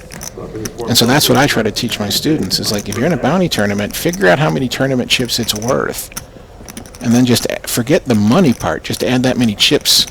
Like there's those 10,000 invisible chips in the pot. Yeah, we just have to realize that a lot of players just do this for fun and they don't think. Well, that's fine. They don't, they don't.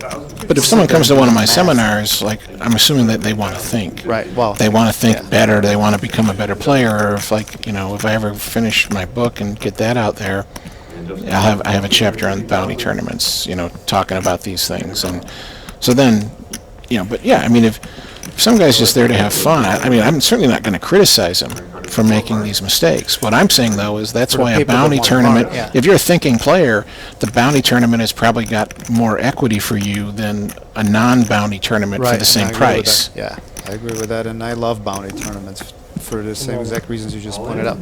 Jeff's gonna move all And in we'd out of the assume that the 1C. people that are following poker, that are watching these streams, are thinking players that want to learn. We've got an all-in here. Jeff is all in with deuces on the ace-9-4-4. Down the pot. It is the best hand, but not necessarily a good shove. It's kind of like every hand you're going to get to fold. The only hand you're going to get to fold that has you beat is like a 9 or a pocket pair. Well, what's the difference between deuces and a deuce 7 at this point? You're basically turning your deuces into a bluff, and you're praying that Yes. you don't get called. Because the second you get called, you're never ahead. Deuces you're has 2 hoping, outs. You're hoping that you're flipping. That's Deuce 7 your is best drawing hope. dead when you're called. Yeah. The deuces have 2 outs, but that's not a very big difference. And every now and then I'll see these situations where a player would make that move with like 4s, and then they'll get called, and then by 6s, and they're like, I'm dominated. How did you call with 6s? And it's like, well, you don't want to call with 4s or 3s or deuces because you're never ahead. Raising And on. the action's full I like it. It's like some guy, goes all in. Everyone folds, and he's like, I finally got aces, and no one called. And I'm like, well, you don't want aces now. You wish you had deuce 7. He's like, why would I wish that? And I'm like, because they all folded. You didn't need aces. Like, why waste aces when no one's going to call? Like, you'd rather have deuce 7 now that everyone folded. Well, I never would have raised deuce 7. I'm like, you're not understanding my point. The point is, if everyone folds, your cards don't matter. So we got a raise from ace 7, and Adam Ace-7. thinking with ace 10. Jeff in the 1 seed raised ace 7 in the hijack, and he's been playing kind of snug. He's opening his game a little bit. We're 6-handed now. I like this raise. We got Adam in the cutoff with ace 10. He's got 3.1 million, which is about 30 bigs, and That's what I Jeff just. started with about 2 million. And if he's playing here, he should be re-raising this hand. So what I don't like that Adam is doing is all this thinking like I'm not sure. I mean, he's really making it clear that I have a hand that I'm not sure I want to Right. what I want to do with it. Unless you're doing it for deception purposes, again, I agree with that. You should make your mind up a little quicker. Adam in the 2 seed is gonna re-raise. And he is gonna re-raise it. 575,575. I mean, it probably works anyways, but 500. It'll definitely work in this instance. yeah, that's what I meant. In this case, it's probably going to work anyways. But now imagine your opponent. Especially when the stacks are deeper, he might decide like I'm going to 4-bet light because it's pretty clear to me you have a hand you weren't even sure you wanted to 3-bet with. Yeah, Like, that's you, one you of look these like you were instances considering where fold, as one of the options. because the stacks are a bit shallow. We're not going to see many 4-bets usually, and he's leveraging his stack here when he makes that 575k raise. He's basically saying if you're going to play this hand, you're going to go all in, which is why I thought the re-raise was a good play at this time. All right. Jeff is gonna be first act here in the 1 seed. 100,000 is our big blind.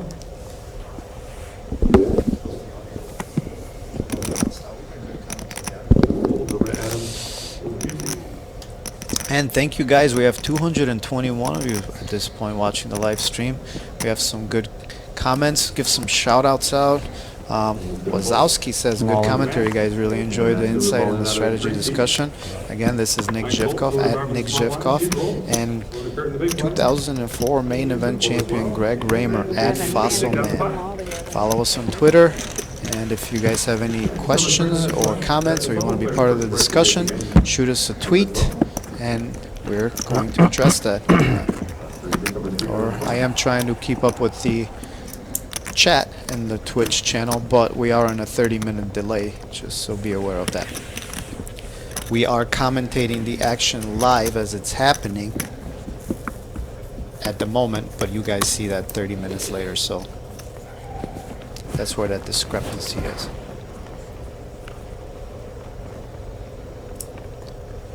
It's gonna be first act here in the 2 seed. And things have slowed down a little bit, everybody, right now. Do you have the updated chip count somewhere?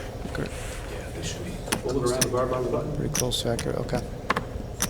Let me do a little quick update of the chip counts here on my PC. And Barb's gonna raise to 250,000. And Barb's opening the button with King 8 of diamonds. I think it's a great raise, it's but a good raise, it's but- not going to work, obviously. Yeah. I mean, Kurt would have folded a lot of hands to her raise, even on the button. A lot more than he would have folded to you or me. But obviously not jacks. So she opened to 200K min raise. So I expect Kurt to make it about 3 point. Kurt's gonna re-raise all in out of the small blind. Oh, you just went all in. He just said, let's play for the whole thing. How many she's got? Over to 1 Jeff. point. Yeah, he The had. one seat, Jeff's gonna fold actions back. He's to got back. a 19 big blind stack behind him. She only has a little more than 13. She got about 13 big blinds. So yeah, that's definitely the right move. Just get it in there. It makes his hand look a little weaker too than just the raise. At this level.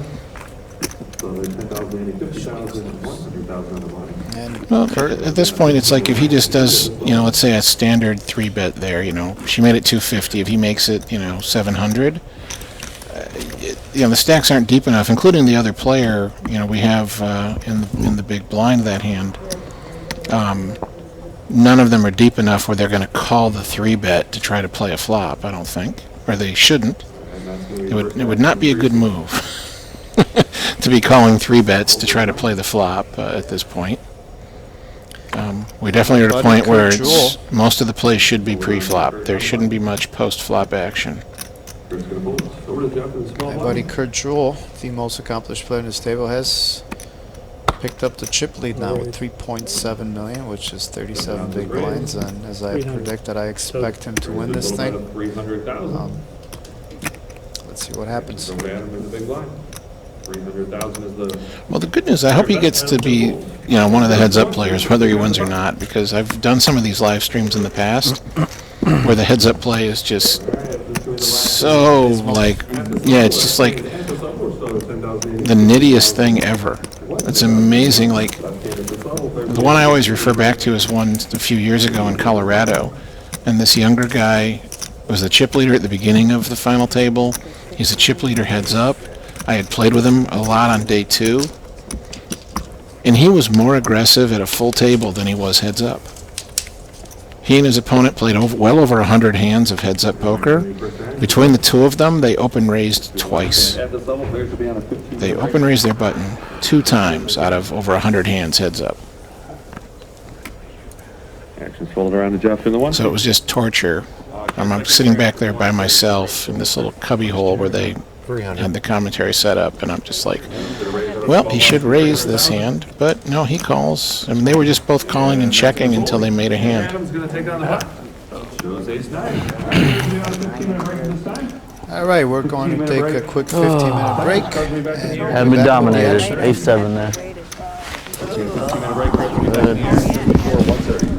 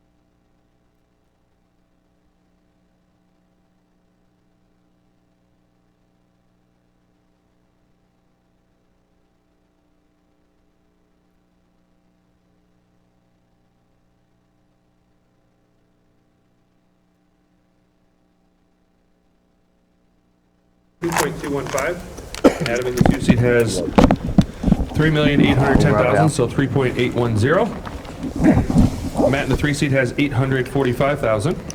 I have nothing. Mike in the 4 seat has 1.475, Hoping to dream to be as good as you guys. 1,475,000. Barb has 1,215,000.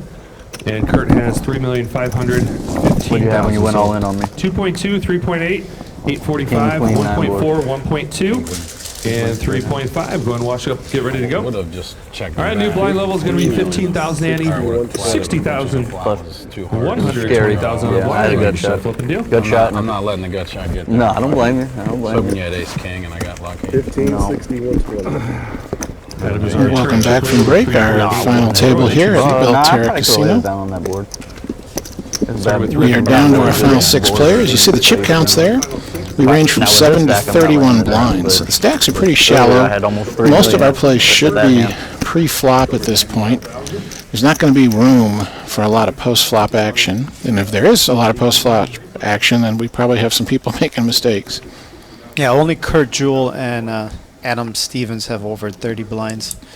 Everybody else is way below that. Jeff Maiden's got 2.2 million. That's 18 blinds. Mike has 1.4, 12 blinds, and Matty is in trouble. He only has 845,000, which is 7 blinds. So I expect Matty to be going all in very soon. Yeah, I mean, our bottom 3 stacks, 7, 10, and 12 blinds, they really probably should just be folding or shoving and seldom doing anything else. I'll call.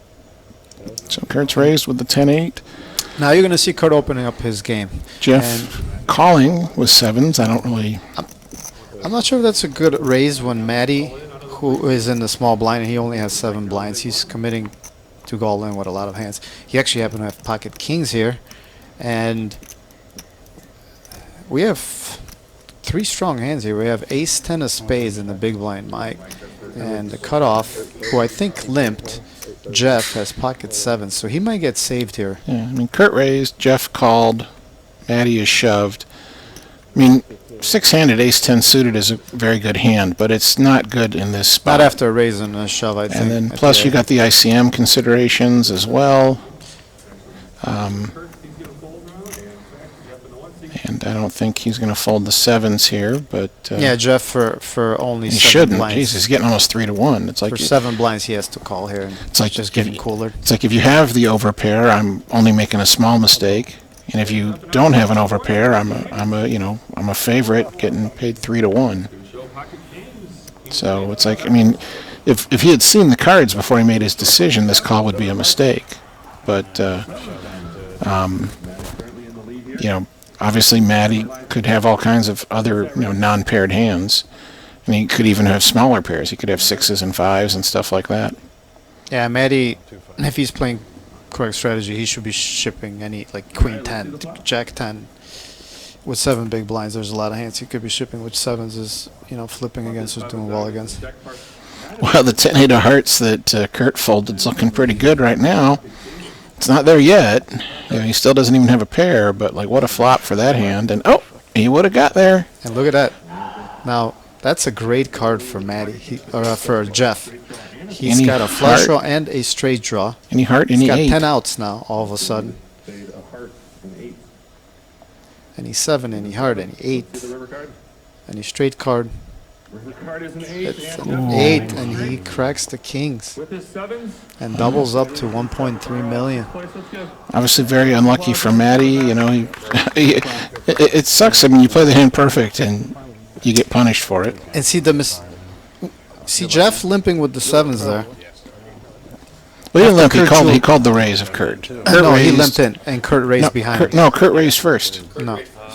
Did he? And he called? Yeah, Kurt, he's you in the had- one you seat. had it Kurt backwards. had to raid You first. had him called. Okay, so he did call a 250 raise. I He called the raise apologize. with 7s, and I'm not sure I really like that given stack sizes and everything else. I mean, he wasn't deep enough to set mine 7s, so I don't know what he was going to do. Yeah, he only had 18 bigs. He should be shipping 7s there. The money still would have went all in, but at least because now And if he let's wasn't say willing to ship, he should have folded. Fired up. yeah, and that's the thing. But if he had chipped the 7s, or by just calling, let's say if Matty didn't wake up with kings there, he had a complete garbage hand and he folded. they would have seen this flop, and then Kurt makes the flush on the turn, and now Matty's got an open-ended straight, and if Kurt slow plays and lets him get there in the river, and he does hit his straight, he would have ended up getting busted in that hand. Had he just shipped it pre-flop, Kurt obviously wouldn't have called with the 10-8. Yeah, I mean, he still obviously would have, you know, ran into the kings and then got lucky, but that's irrelevant. You know, what would have happened. The only thing you can take into account is, you know, how smart was your decision at the moment you made it? What happens after that? I mean, because otherwise you could say, like, oh, Greg, you're an idiot. Why'd you call all in pre-flop with aces against John Nelson when his king 10 was going to beat you? I mean, obviously no one would say, like, you should have folded your aces there. So you shouldn't think about it any other way. You know, when, you know, if you make like a fold that's clearly the intelligent decision at the time, if it then turns out that, oh, I was ahead with that hand that I folded, doesn't mean it was you know, you made a mistake. But a lot of players don't do that, or they're very results oriented. I've had some very amateur, you know, players who run into me, like some guy sees me at the airport or something. He's like, oh, I'm so glad I ran into you. He goes, oh, this hand's been driving me crazy. You know, like I play with my buddies, you know, a couple times a month. And, you know, and I'm trying to figure out what I did wrong in this hand. And then he tells me the hand, and it's like he got it all in pre-flop with aces, and he lost. And he's like, well, maybe I should have just called his raise and seen the flop. You know, and then I could have gotten away from it. And I'm like, well, why would you be getting away from it? You told me the flop came, you know, like deuce 7, jack, rainbow. Why would that make you want to get away from aces? So Adam opened king 9 off on the cutoff, and then Mike woke up with ace king in the small blind. Straightforward, he folds. We did have a comment on the the HP or on the Twitch stream that we're berating players, and my response was, me and Greg are not trying to berate anybody, guys. I think, you know, a lot of these players are recreational players. That's not our intention. We're just talking proper final table strategy. And when people are making mistakes, we're pointing it out. That's not with intention to berate anybody.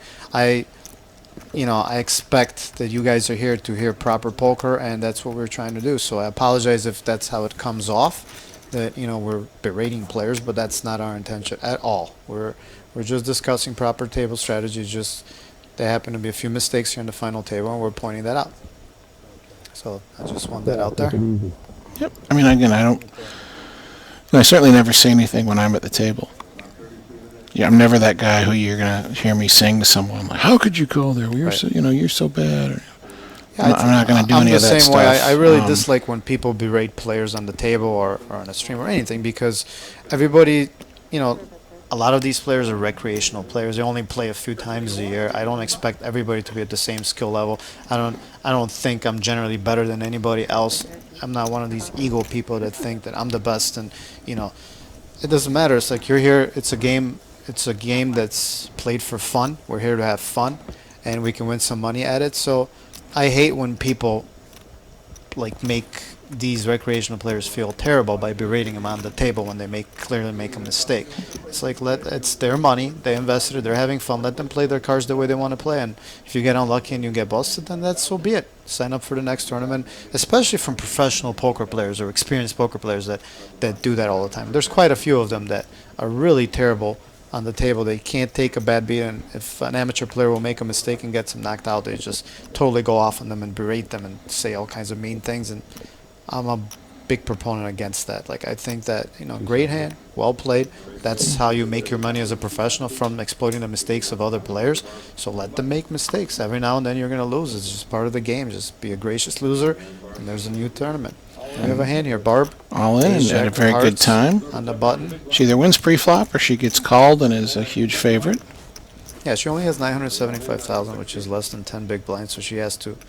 We won the 270. I mean, he might call here. He's getting 2-1. You know, it's like 700 to call, $1.5 million in the pot.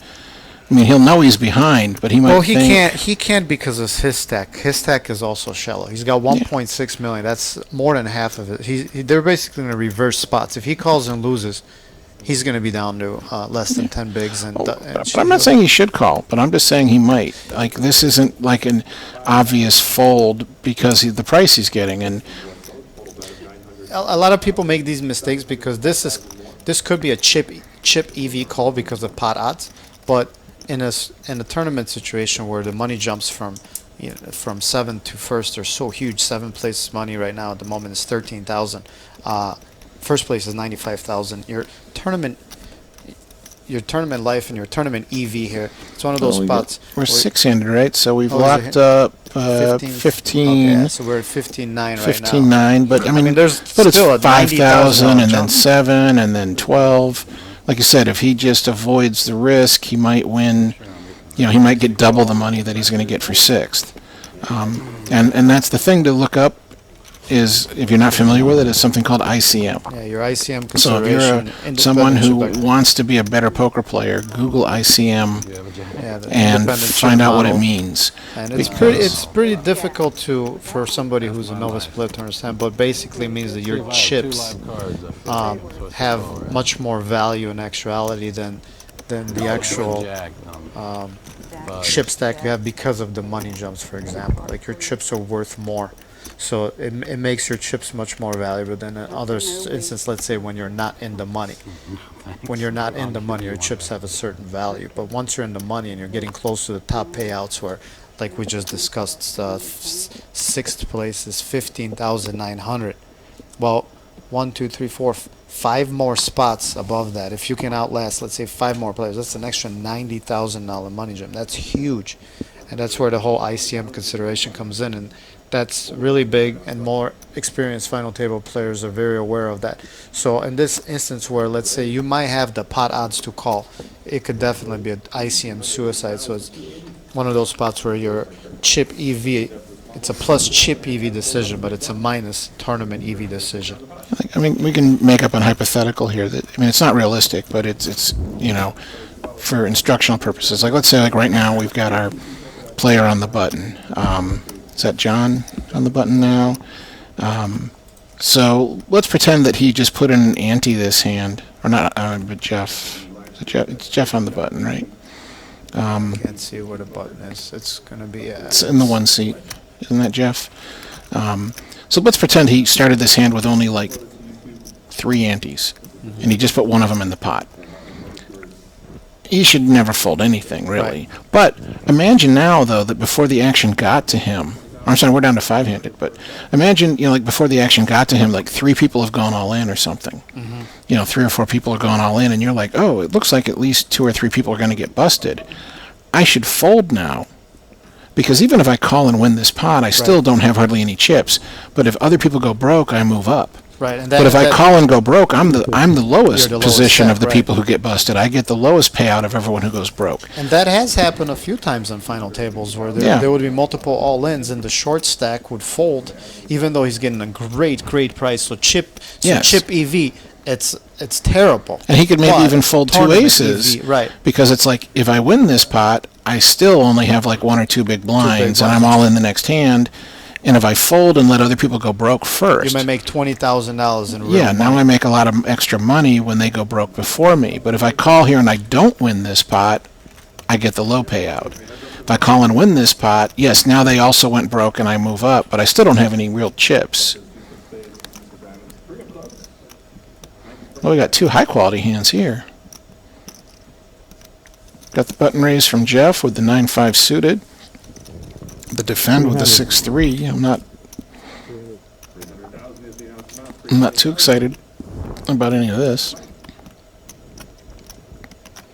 Sorry, I'm just updating my thing because I'm...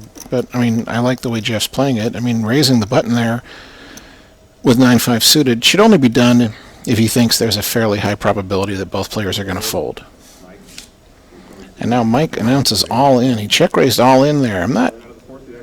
I'm kind of indifferent here because it's like, yes, I probably have the best hand, but basically every single turn and river card is an overcard that could beat me, and I don't want to give you a free card. But it's also a question of like, but do I want to just like check call and like, if you've got me beat, you're never folding, and if you don't have me beat, you only have like 6 outs. So maybe I should just check call and let you bluff off more chips to me. I'm kind of then torn between the The two. stack to pot ratio gets too big, so you have no fold equity. If you're calling with 6-3 of spades and you get 3 deuce deuce flop, that's about as good as you're hoping to Yeah. hit. So you But might what as well, if you're going to but you go get with my that hand, point. that's the hand. No, I get your point. I'm going with it too. I'm not going to fold at that point. But should I, instead of check raising and letting him fold, I'm denying him he presumably has at least 6 outs. And I'm denying him a chance to hit one of those cards and beat me. But I'm also making it impossible, for him to bluff more chips off to me all the times I do have him beat right now. I mean, your risk of getting checked back on the turn and giving them 2 free cards, and that's what's most likely what's going to happen. So if you're going to go with the hand, even the stop and go, I don't think it's a bad spot right there in his spot. Like just call and then get a lot of these 6 outers to fold. You're denying the fold equity by just shipping it shipping it on the flop or the way that he played it. So gotta raise here. I'm just not a big proponent of defending with small baby connectors when you're only like 13 big Open blinds. raise from the small blind with ace. That's not. And we got other cards going on here. I doubt he folded ace jack on the button. Did Adam just open fold ace jack on the button? Wow, I mean that's what our card reader says. I'm leaning that has to be a mistake because you've got a pretty good stack and if you're gonna open fold ace jack on the button, it's like, well, I guess you've decided you're not gonna play a hand until more people get knocked out.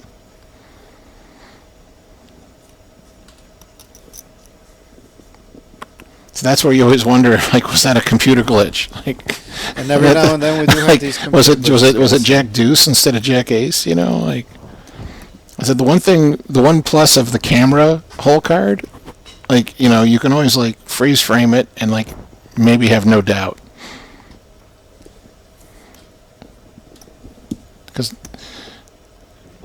I can't imagine how did he couldn't have open folded ace jack on the button and now he's going to raise with king 9 suited against the big stack in the big blind.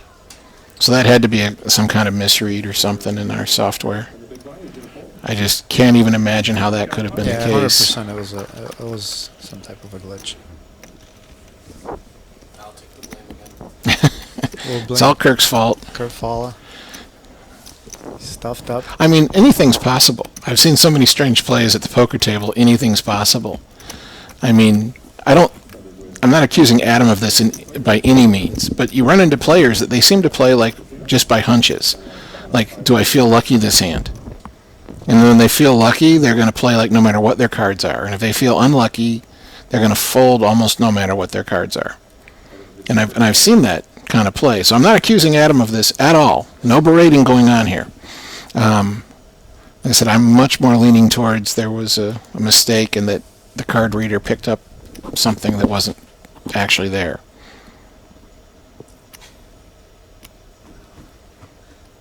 And now he's thinking with king 8 suited, under the gun. So again, how could king 9, king 8, you're raising, but on the button you're folding ace jack? Maybe he thought it was jack 4. Maybe he misread his hand. Yeah, I mean that's also, but it's still a misread in that case. It's a human misread instead of a computer misread. And if he had jack 4, I like the fold. Just limped with king 8 here.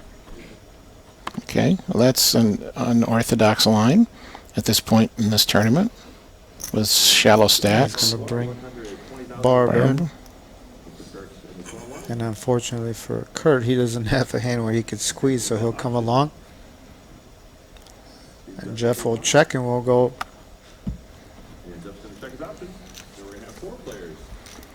Should have got in there. Put an 8 deuce deuce flop. No, I'm not too excited about Barb just calling on the button with 9-8. I don't think she has a deep enough stack to try to call and try to hit. She just called 10% of her chips, so that should have been a fold in my opinion. And everybody misses. And let's see who's the person. But I like her call way better than I like Adam calling with king 8 suited. Do I need to get back on Wi-Fi or is it auto connecting? I mean, then Adam completely misses the flop and bets into 3 people. Why not raise pre-flop? They got checked to him, so. Yeah, I mean, two of the 3 checked, but. Yeah, unfortunately. I mean, if I had a weak ace in the blinds, I would check that flop to him too. He's limped, Barb's limped the button. If I had a weak ace, I would not bet out. So the fact that they both check doesn't mean they don't have an ace. I mean, there's, I know, right? again, my default position is always, like, once we get to the point in the tournament where there are antes, I never open limp. If I do, it is for some very opponent-specific reason. I guess the only exception is small blind. I will open limp my small blind with lots of hands. You know, if it folds to me in the small. But if I'm any other position, under the gun to through the button, I'm either going to fold or raise. We got the dynamic now where there's 3 stacks with about over 20 blinds, and then you got Mike and Barb who are who are around 10 big blinds or less. So, you know, yeah, you should be putting some pressure on them. Like they're. And here, both Kurt's of- playing the situation. I mean, normally I would say, like, don't raise your button with Jack-3 offsuit. I mean, there are hands you should just be folding on your button. But here, he's the chip leader, 5-handed. He should be raising any 2 cards on the button because he's going to take down the blinds and antes with a super high success rate. And especially when you have, when Kurt is the button, seat 1 and seat 2, Jeff and Adam are the 2 other big stacks behind on the small and the big blind. Kurt's smart enough to know that they're not going to want to battle against him because there's Mike and Barber so short. Exactly. So until they bust, it would be an ICM suicide for them to battle against Kurt and, let's say, get 5th place where they can pretty much just wait out and guarantee top 3 spots. So I expect them to open. Barb has button ace very 10 suited. limited. I want to see a shove. I think that's That's by far her an best all-round, play. of course. Good job, Barb. Well done. Whether you run into a good hand or not, that's absolutely... And see how quickly Kurt folded Ace the nine. ace 9? Yeah, wow. Like, he didn't even think about it. He is such a smart player. He knows that Barb is the tightest player. He knows there's not a chance he's ever going to be ahead of whatever her shoving range is. So he insta-folded ace 9, and now we have Mike here, who's in the big blind. He's going to end up calling with an inferior hand, king queen. But unfortunately for Barb, And he still has 40% he's equity in the inferior, hand. but yeah, he's not that far behind. We got all the Broadway cards out there. Let's see what happens. 2 of the shortest stacks are all in. It's like, you know, don't consider myself overall to be a lucky or unlucky player, but this is one exact situation where I am unlucky. When I have the ace X against 2 cards higher than my kicker, my success rate is very low, it seems. And Mike, So I probably run really good, above average in other spots. I don't think anybody that has won the main event, Craig, has any. Again, I'm merit not trying to like complain. whine about saying I'm unlucky, but I'm saying in this exact situation, I'm very unlucky. In other situations, I seem to do better than average. And Barb needs an ace or a 10 So I mean, it all works to out. survive in the tournament, and it's a 3, and she's going to be at a 5th place finish. So she played That's great. She unfortunate. got it in good, and unfortunately for her, Mike spiked his king. Yeah. Good I job, mean, Barb. and against her range, it's not like King Queen was some automatic call. Like, oh, you know, you have to call there. I think he understood that She he'll be getting she it shoved in. for 10x. I mean, He'll have overs on, you know, some of the pairs she'll shove. She'll be shoving a lot of hers sixes plus, and he'll have live cards.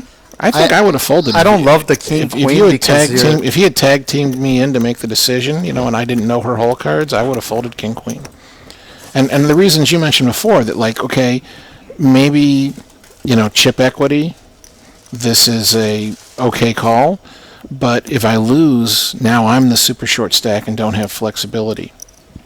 You know, Oh, yeah, I don't if have he- I don't that's I for don't have a his- stack I can that's maneuver for his anymore. entire tournament life, because if he loses, he's down to like 2 or 3 big blinds. So technically, he, you know, Yeah, he would have had like 10 big blinds still, because he has and now he's in second Because he chip has, position. because he has with 30 now, 3.6 and she million. started the hand with 10, so he only got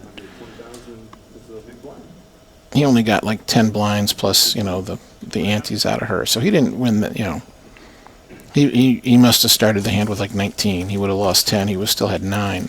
But now he would have had the stack that he can only shove or fold.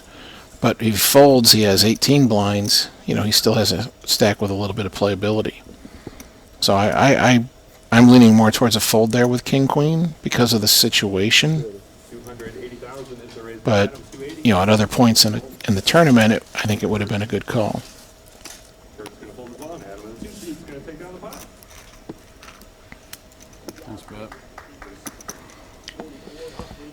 But we're And moving just like this, through we're down things to our quickly, yeah. fourth place right now, guaranteed 27,800. We absolutely could be done before the next break. 39,200. Second place, 58,940, and our first place finisher is going to walk away with 95,470. So now the money is getting serious, and we have 4 good players left. Jeff Maiden in the 1 seat, Adam Stevens in the 2 seat. Our 4 seat is Mike Scarborough and Kurt Jewell in the 7 seat. Now there's a little more play. Everybody has over 30 big blinds, well, except Jeff. Jeff is around 22 big blinds. So we're gonna start to see some of these players opening a little wider. It's four-handed, like you said earlier, like an ace-3 four-handed is much stronger than it is 9-handed or 10-handed. You know, it's like maybe like an ace-10 or like an ace-jack 10-handed. So. You could say better than that. Like ace-3 here is as good as, ace-queen or ace-king even. At a full table. That's why, like for example, like Jeff in the big blind, Adam just called. I don't like it. very interesting. Jeff hits top pair. Adam hits bottom pair, and it's very hard to hit a pair. And he's like, oh, and I've got the 3 of spades, so you can't have something like 3-4 spades. You can't have a combo draw on me. Like a 500. That's going to raise to 500,000. Action's back to Adam. That's what I get for limping. So did Jeff lead out? I think Jeff let out. No, Jeff check raised this flop. It was call, Jeff, yeah, Jeff is call a big pre-flop, and then Jeff check raised this flop. I just don't like Adam's call pre-flop. That's the I mean, to be honest, if he had played the hand, more correctly, and at least by my opinion, he would end up losing more. Because he would have raised pre-flop, and Jeff would have called, and then it might have been check raise, just like this on the flop, but it would have been bigger numbers. And he probably has to fold ace-3 here because he's like, I mean, what is it? If you're bluffing me, you probably have a 4. And most of your 4s made a pair, or you have 2 spades and... 2 overcards, like... so yeah. So you have tons of outs. It'd be much easier if he had the ace of spades in his hands. Yes. Then he can definitely continue on this to see a turn. But with the ace of clubs or the ace of hearts, can't really love that. So yeah, I mean that's what's funny too. It's like, okay, let's say I'm trying to say like here was a better way to play the hand, a more correct way. But in this case, if he plays it the way I would tell him to do it, he loses more. right. He loses the pot. It's almost the same, but now because he's raised pre-flop, the pot's bigger, his c-bet's bigger, the check raise is bigger. All those things. And everybody's pretty even in chips now. If you see, Jeff is up to 2.8 million, and then the other 3 guys are all around 3.5 million. 260. So Mike is raising. We don't know for sure with what. Queen of spades. And Presumably. something else. Or do we change the decks, Kirk, or is it the same deck with the... Deck is the one that has the problem. Okay. So we suspect he has the queen of spades. For the And- viewers who are just joining us, we suspected the Queen of Spades has an issue with the RFID picking up that card, so a lot of times it doesn't show up. So if the RFID doesn't read one of the cards, it does not show either of the 2. So we'll just play that hand blind. So that's why we're making the joke that he probably had the Queen of Spades, but it could be just that he didn't position the cards correct or there was some other issue. It's not because that's his lucky card or something. Yeah.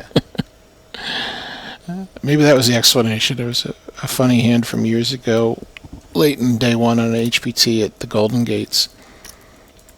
And under the gun raises, under the gun +1 re-raises, under the gun +2 then calls for almost a third of his chips.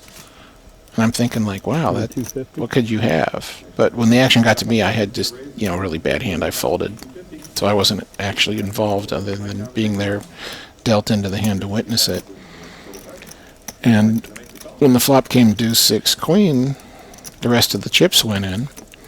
The two guys had seen the flop heads up, and the guy who had re-raised had jacks, and the other guy had queen 5 offsuit. So we got a raise from kings by Jeff. A call. Mike called with 8-6 suited, which is the kind of hand I normally like to defend with. The only question is, do you still defend with these hands when everyone's kind of short stacked? Sorry, I was reading the comments. How did the Kings Jeff raise the raised, button? kings raised, and the 8-6 of diamonds called. Mike defended. And Did so, I mean, the good news. he just No, Jeff bet and Mike called. Mike folded his 8-6, so he didn't call with the runner draws. So nothing too annoying. But I you would know- have liked to check here by Jeff. He smacked the flop. He's got top set. no, he was the button. You mean you wanted to check back? Check back, yeah. Well, there's a flush draw. There's straight draws, and you might. You- And then you're Jeff's smoking aggressive. the- I mean, Mike's aggressive. That's so why I would have loved to check back because Mike is going to. maybe he's going to check raise, but maybe you're going to think you're going to induce Yeah, a big but check once raise. you have everything, you have the 3 kings. There's a, what can he have for Otherwise, you to we'll just check go raise for unless chips he's and doing stuff. some crazy bluff like. It'll be the same. Last time he had a 7 play, right? Draw like that, he shoved it. He had the 7 9s again and a straight flush draw. Right. Yeah, he definitely is playing his hands, his strong hands, very fast and big. He doesn't like to get drawn out on, but I personally would have checked back that. I'll tell you, the reason I don't check back there is because I don't ever check back. If I raise pre-flop and I get one caller, I always c-bet.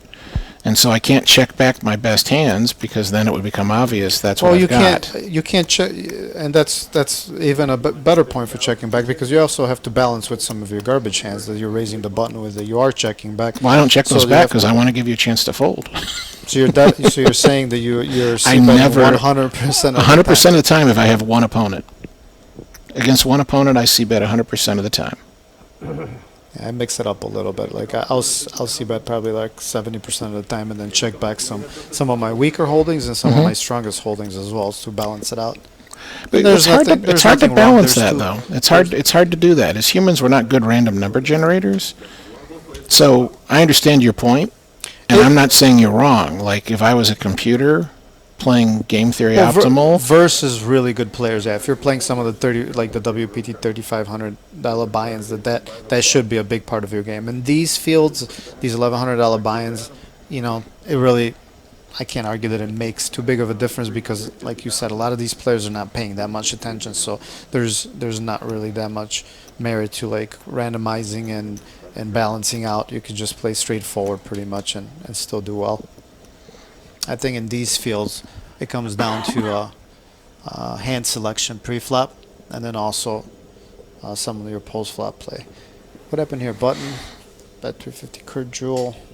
yeah, Adam's taking a stab here with nothing, and Kurt has to decide whether to hero call with ace high. And I think he's gonna find the hero call here because his bet doesn't make any sense, and he does hero. Kurt is too good of a Yeah. player. He knows that. Well, you're betting a 5. You hit a 5 on the river, and you're value betting Right, it? exactly.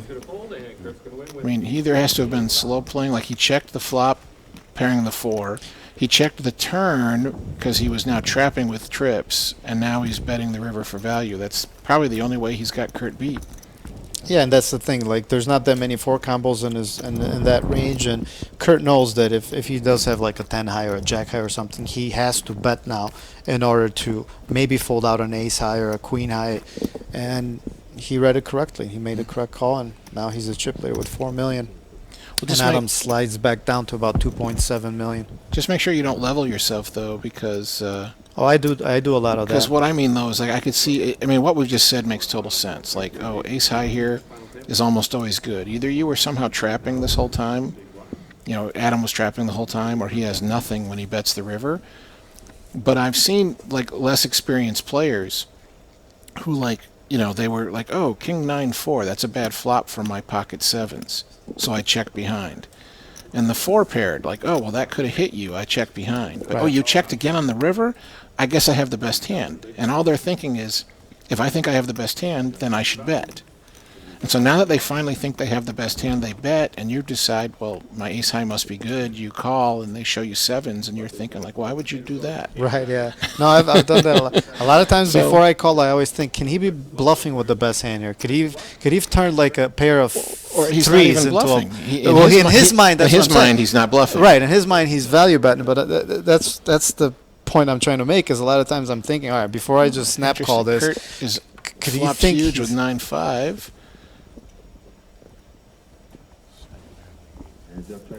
And oh, he didn't induce. He flopped top pair. He turned an irrelevant bottom pair, really. Yeah, because if Jeff has a 9-2, Kurt's kicker doesn't play, so he's losing all the time, and he's checking to induce. What a lame. I don't like Jeff's bet here. It's Well, like his hand's too good to bluff with, but it's not good enough to bet for value. Yeah, I don't know. He's turning his 5 into a bluff here. I don't know what he's trying to get to fold, but I think that I mean, I might bet the 5 here, but that's because I think he's going to call me with like ace high. the only thing is the 10 card is the 10 of spades in the river is a really good card for him to bluff there, because now if Kurt is putting him some type of a straight draw like a 10 jack, now he's got an overpair, so this actually might work. It's a good card to bluff with, but it's also like, why would you think you need to bluff? Kurt's check to you every time. It's a lot more likely Kurt has nothing. You Are we know, frozen? he might have a hand with showdown value. Look, You know, like ace high. Yeah, I mean, he's so still. he's it so looks still. It frozen. look like the frozen frame, but he's thinking it through, and that's exactly what he's trying to think right now. Is like, all right, did that 10 connect his range right there? And it checked back twice. He's like, I have, and he knows he's most likely not even going to bet a 9 there.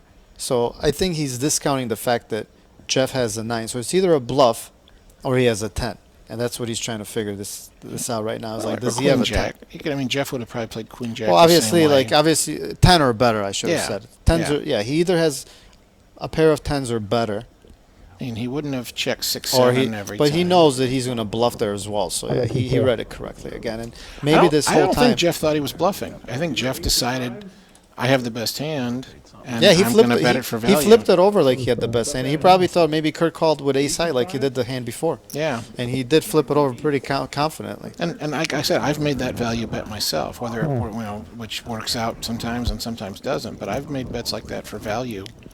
It would be interesting to know if Jeff did go for a very thin value bet with the 5, hoping that he just saw Kurt call ace high on a hand that made no sense to bet on the river. And you know what? It would be interesting for me to know if he actually tried to induce him to. And the more Kurt tanked, Jeff probably thought he was good there. He probably thought he was getting called by ace high. Yeah.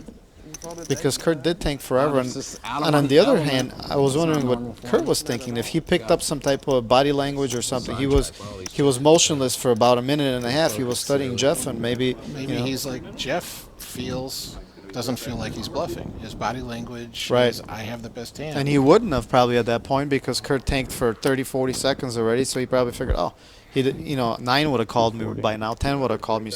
So he figured made that maybe my mistake. 5 is. That's the one thing. It's when you're playing correctly and you're going for some of these thin value bets on the river. Every now and then you're gonna run into a hand that beats you. But if you know your opponent is capable of making ace high calls and king high calls, then I don't think that's the wrong play. So That's how I crippled myself on day 2, is I made a read that was like correct, but the guy didn't have the cards that in my mind corresponded to that read. Like I read how he was feeling, but his cards didn't match right, yeah. how he was We've feeling. all done that. Yeah, we picked up the right body language, but the cards didn't match. He was so uncertain. I was like, I didn't think he was bluffing, but I didn't think he had a very good hand. Like he was doing stopper bets. Uh-huh. He did what it felt like a stopper bet on the turn, and I called him. And then when he did the same exact bet size on the river, I was like, sure, like, oh, this is a stopper bet. Like, you don't have anything that good. And so I raised him all in, and he tanked a long time before he called me. I mean, the board was ace high, and the next highest card was an 8, and he tanked with ace queen. And I was sure that he had like kings, queens, or jack. said? I saved so And much that the money. ace high man. flop had scared him. I see bet you're calling down Yeah. both streets, and then I got to give So up. it was a my very river. unusual hand, but it's like I think Ton of I'm pretty money. sure like I read him right. He was scared. Right. Like, and he almost folded the ace queen when he finally called, and I was like, You thought you were good. I thought, well, no, I didn't. I had pocket nines. I didn't But think I was chicken, man, good I at guess that I could've point when he called. put 500 But I on thought it. like, oh man, he did find a call with his like pocket like- kings, queens, or Yeah. jacks. Or like, I was like, I really thought he'd lay those down, or maybe it was like an ace with a really low kicker. right, like an ace, baby ace, right? You know, it was like I thought for sure it was one of those hands, and I didn't think he would call with them because he seemed so concerned. And I was like, God damn it, he found the call. And then he turned over ace queen, and I was What? like, wow, that's like the nuts, man. Like, are you? If I had ever thought you had that good a hand, I would not have tried to bluff you. I thought I was getting you to fold queens, Right. not ace queen on an ace high board. And that's one thing I've run into these types of fields sometimes where. What do you Pretty raise it? steep. to? So Jeff raises the button. 300,000 was the raise by Jeff. Adam folds and Mike And he folds. runs into two crappy hands, so And it works. We're going to get one more hand at this level. Last hand. Last hand of the level, guys. And we're going up. now, I'm never going to give someone grief how they played a hand if they're raising. You know, if you're betting or raising in a spot where like everyone might fold, Right. like you're betting enough or raising enough, everyone might fold. It's like it can't be a big mistake. It can be. I mean, you know, certainly like you and I might, if we were coaching a guy, we might tell him like, no, you shouldn't have made that bet. But it can never be a horrible mistake if it's enough chips that they might all fold.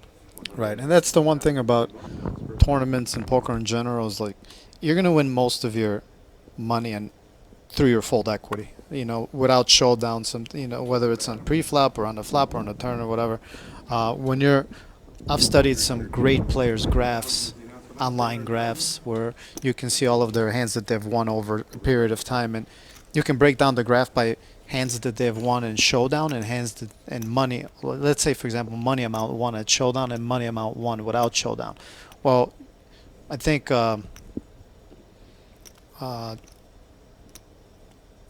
what's his name? I forget. Anyways, so you're gonna see that they've won maybe 5 or 6 times more money without showdown than they've won through showdown. That's where most of your wins are gonna come. So anytime you use your fold equity correctly, you know you're gonna be winning a lot of money. You're gonna be winning tournaments, and that's what made Vanessa Selp so dangerous to play with back in the days. You know, when she just used sure aggression, because that was the biggest part of her game was was fold equity. Oh yeah. You know, She had a higher percentage of 3, 4, and 5 bets than Yeah, it's almost like- anyone in the world. And the game has changed now. You know, it doesn't work as well. Like sheer aggression doesn't work as well, but it still works pretty well. Like fold equity is something you should be utilizing. You should realize when you have your fold equity and pick your sizing correctly. Yeah. I mean, she obviously, you know, plays really well. The only thing that would annoy me is like someone would call her down with a moderate hand, and then she would berate them. Like, how could you? You know, Right, How yeah. could you call? I'm thinking like, hey, it's you. Like, you're like the most aggressive player in the room. How bad can it be to call you down when I like have some moderate hand? You know. Re-raise all in. And I love this play by Kurt. He checked it to Adam. Adam bet 300,000 and Kurt went all in. And he knows if Take down the pot. he's using his chip leverage to put him all in. It says, you know what, if you want to bust in 4th place, let's go. I got top pair, top kicker. Yeah, I mean, this is like before. I mean, a little better for him, but the hand was 3 deuce deuce. I'm like, I don't have any problem with the check raise all in. 3150 You still probably have the 15. best hand. You might get called by worse. Right. 20.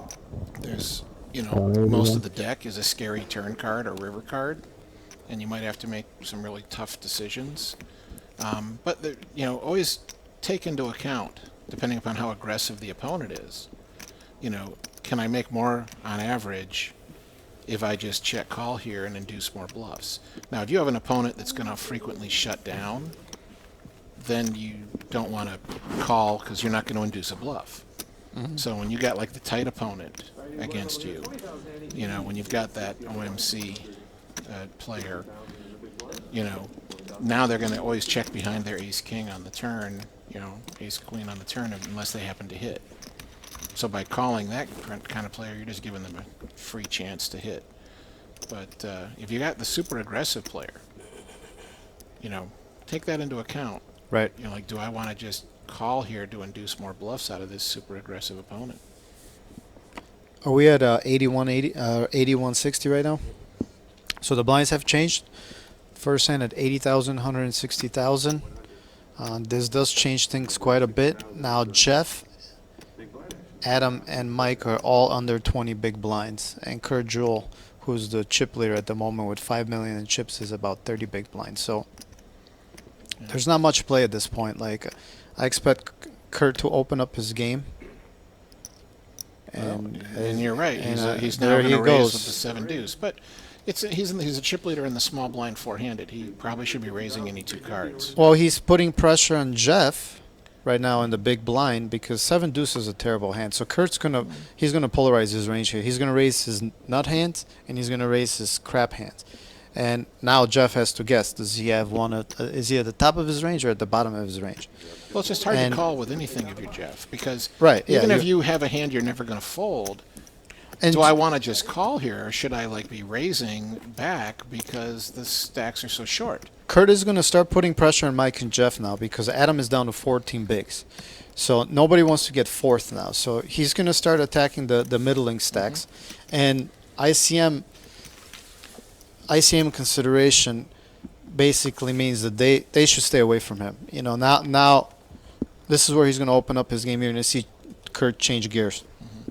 Well, I mean, the other 3 guys are so close to each other, he can attack all of them. Right. But where you really want to be selective is if Adam, the short stack, instead of 14, you know, had like 8. Now you would like tend to leave Adam alone, and you would attack Jeff and Mike. Right. And that's Because now they know that Adam could go broke exactly. on the next hand anytime. And do I really want to risk everything with anything even slightly marginal? And that's what he's going to do. And So Mike is raised. he's going to be with leveraging ace. their stacks against him right now because they don't want to bust fourth when there's a guy that's down to 14 blinds. Or We expect Adam to shove here with pocket 8s. yeah, that would be the correct play. He only has You don't want to call and see a flop because it's going to have overcards almost every time. So if you don't flop a set, well, Adam is you won't know if he's you're the any short good. stack. He needs to. Yeah.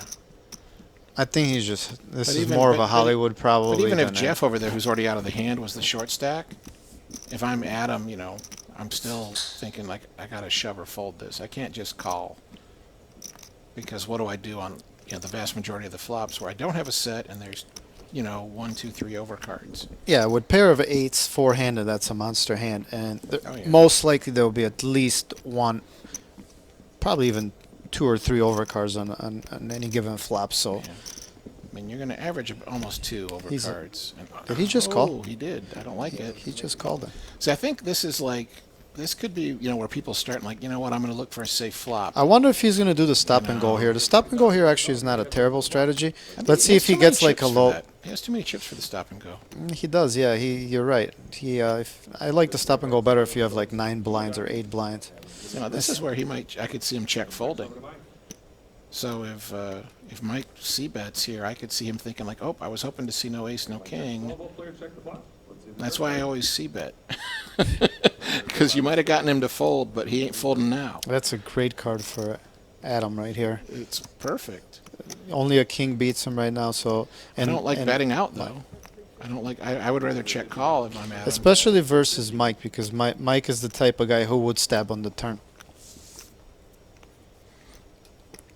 Well, I mean, Yeah, with if this you're bet, beat, you're going to lose. If you're ahead, almost every hand you're beating is going to fold to this bet or try to bluff you. you're in a way ahead, way behind situation right now, Yes, where that's the phrase. you're either way ahead of his range, which he is.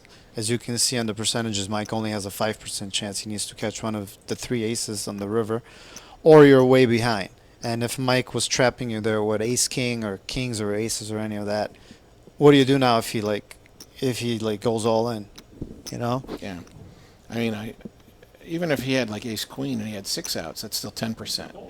So you're way ahead or way behind, and you're making it hard for him to bluff you. Right, yeah. But by doing this, you're basically going to prevent him from bluffing any of his bluffs, and he's going to be calling you with a hand that beats you all the time. What range are you targeting? I mean, that was going to call you that you're winning against? Sixes and sevens. That's it. Only if he's got a pair of sixes instead. That's what. You know, Well, he probably wouldn't fold deuces or fours, but I don't think he would check back the flop with any of those pairs.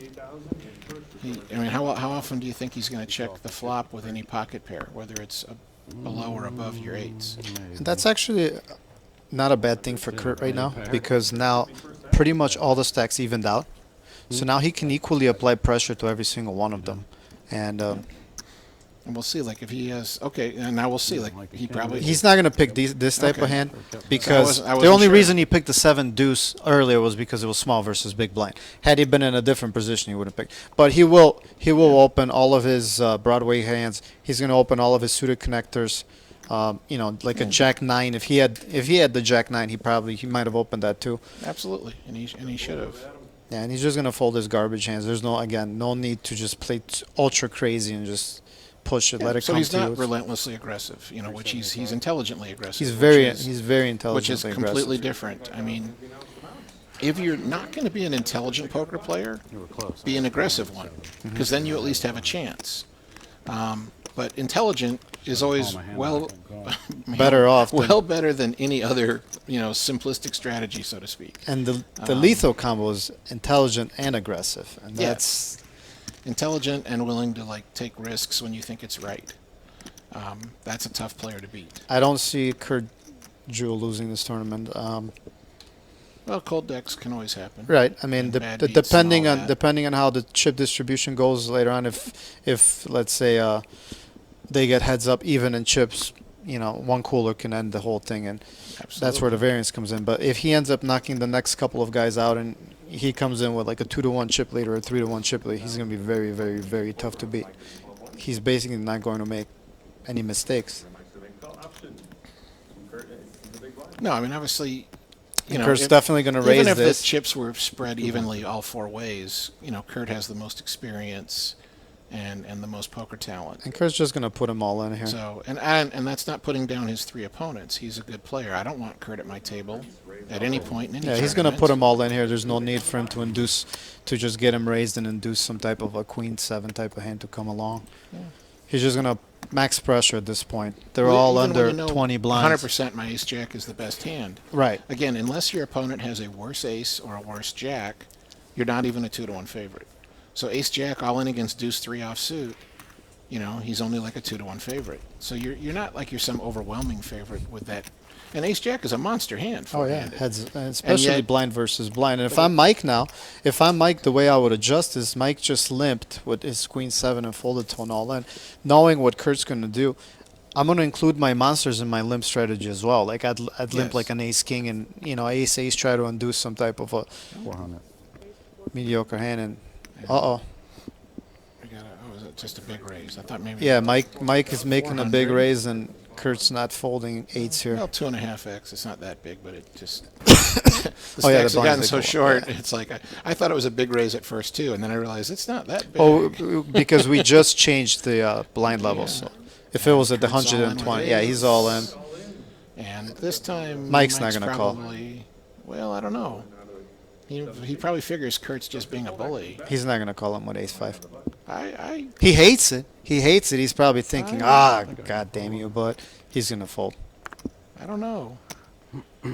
Ace 5 is the type of I- hand you want to go all in with. You don't want to call an all in with.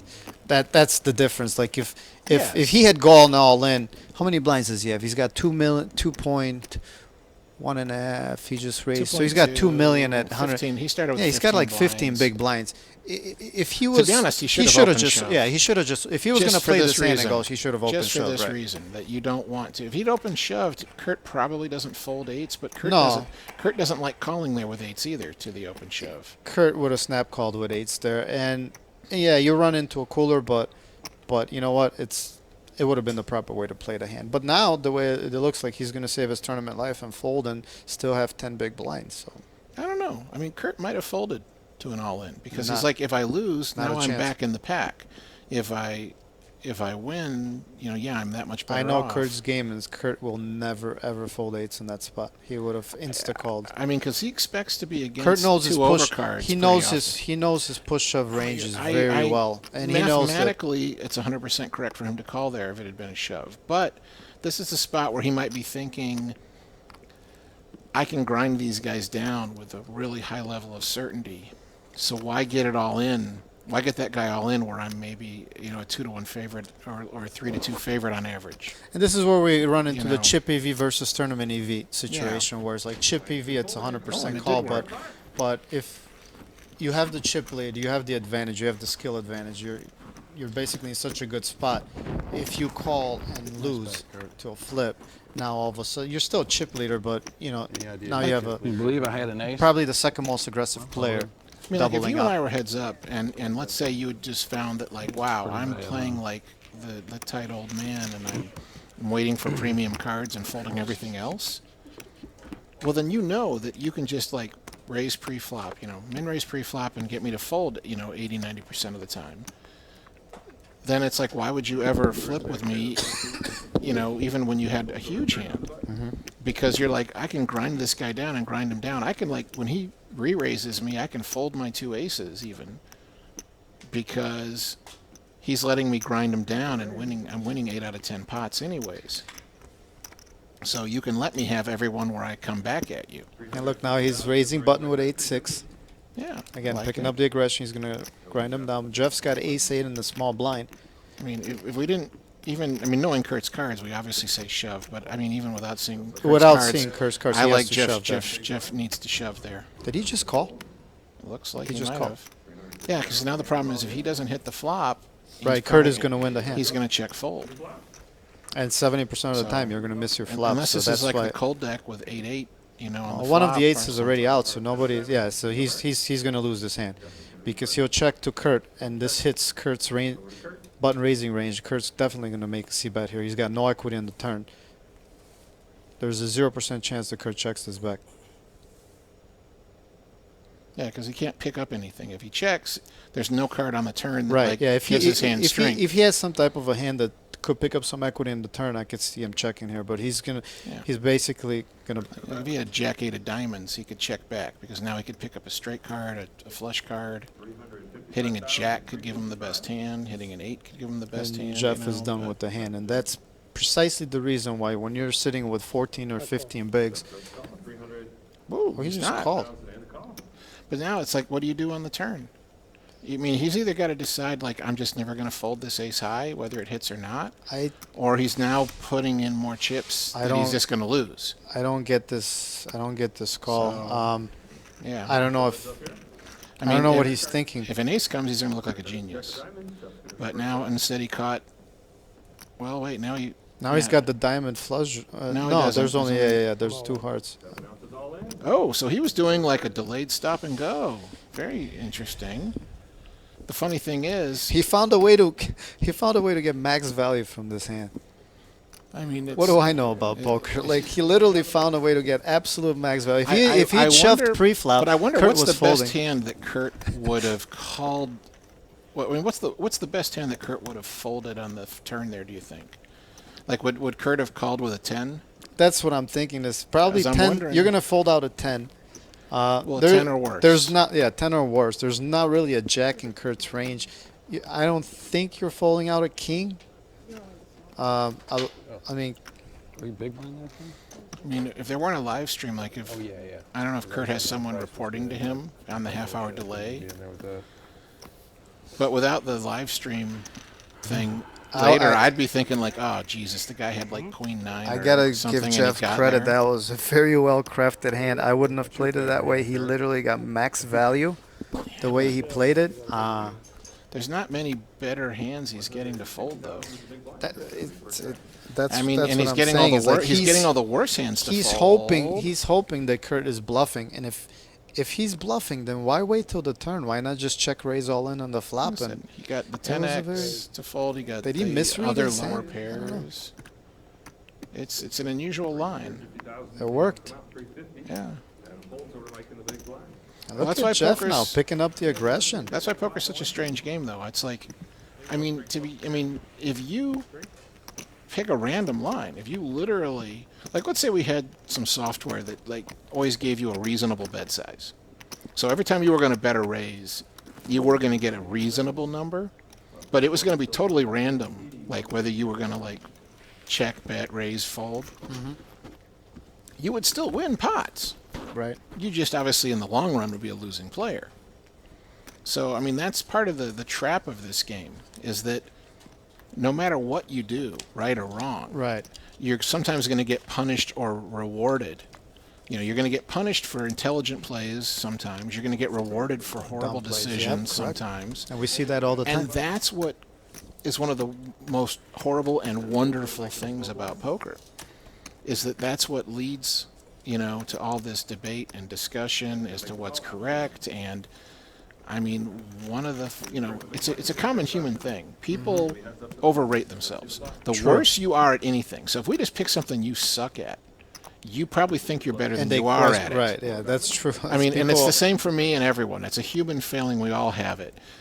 You know, as long as it's something you know a little bit about. So if I say, like, oh, how are you at knitting? I've never done it. Right, yeah. And I'd say, how do you rate your skill? Why, obviously, I'm horrible. I've never done it.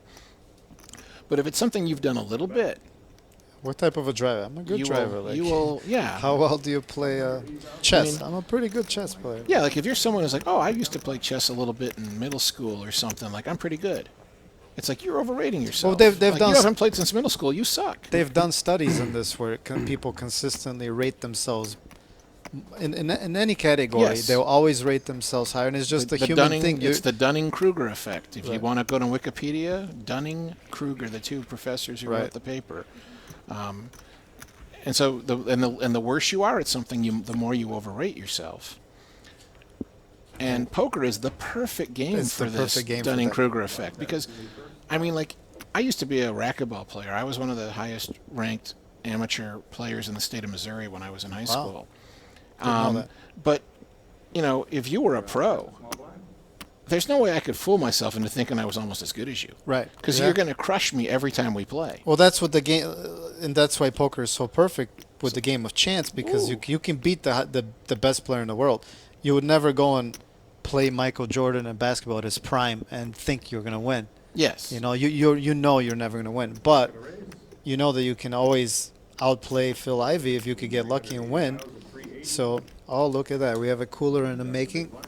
Kurt Jules woke up with kings in small blind, and Jeff, which is the second biggest stack at the moment with 3.5 million, has ace jack. And he's just gonna call. He's been Wow. playing. Yeah, he hasn't been 3-betting at all. Like, he's been playing his Well, that hands might very. save him, That because- might save him unless it's And, a jack high and if flop. an ace comes, it might save Kurt. Because obviously Kurt's never folding to the shove. And, you know, then it's just a 70-30 who gets lucky. Kurt is hoping to knock out the second. He would have a huge chip Jack advantage high. going. Jack high would If be... this is that would be a terrible. Oh, look at that! He's got a gutter ball with the jack of hearts. I don't see him folding this flop either. We're at least gonna see a turn. Kurt's gonna lead, and Jeff is gonna call one bet, unless he semi-bluffs like he did last time. And Kurt's gonna pick a pretty big sizing, I'm guessing. He's probably gonna bet at least it's probably like 470,000. It looked like it was a little over 4. 405,000. Yeah, he's gonna bet about 60%. And we know Jeff's not folding here based on the way he played the ace-8 hand. So Well, if he gets aggro and shoves now... yeah, he's just gonna call. A heart will. God, a king. How exciting would a king be? I mean, it would suck for Kurt probably, but I'm not rooting it for would a be a king. dramatic card. I'm not Yeah, rooting for if anything. if it's a heart, I'm not or- rooting for anything. I'm just or saying a that would be jack. a dramatic card. 5 of diamonds. That's not a sweaty card at all. That's a boring card. And Kurt's gonna bet pretty big again here. He's gonna be very aware that Jeff has some type of a draw, perhaps hearts, maybe a straight draw, maybe he has a queen. If he So knew he's gonna about go that for ace, value. if he had already, I mean, it hasn't been long enough. If he knew about the ace-8 hand, I bet he would. Oh yeah. He would bet like another 500,000 here, and hope to induce the shove. Well, Jeff's got about 2.8 million behind. I expect Kurt to bet probably a little over, maybe 1,920,000. Oh, he just called. Yeah, I was thinking to if he's Yeah, he capable of thinks he's just gonna going get a all in call. and just shut down. I think he's not I mean, he's not obviously. You know, he's not bluffing, obviously. But I mean, I think he thought he was going to get called there. He's like, I put you on a queen or a 10, and I think you're going to call me. Well, he's looking this way. If the guy has like king queen, he's blocking the king queen. But let's say he's got queen jack queen, he's probably gonna get a call. If he's got hearts, he's denying him a cheap way to beat him on the river. So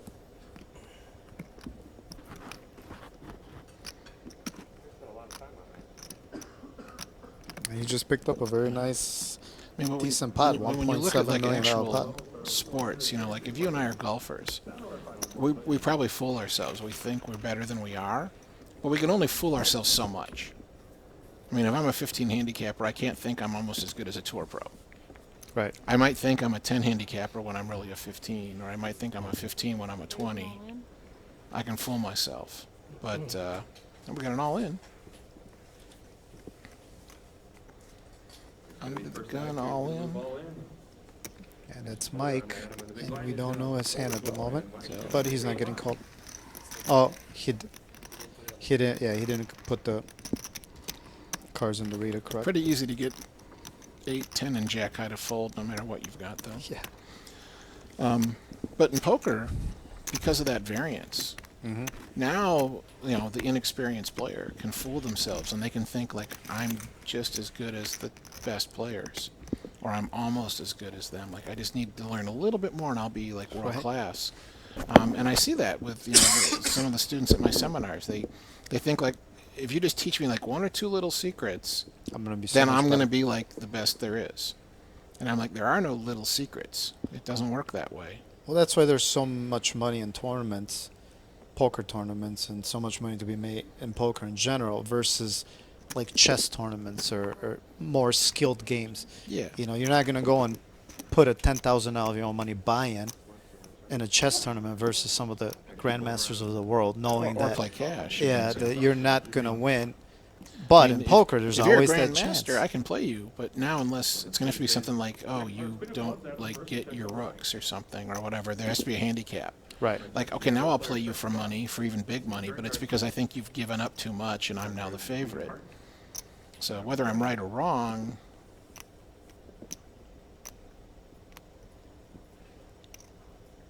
Checks over to Mike. and not an exciting pot.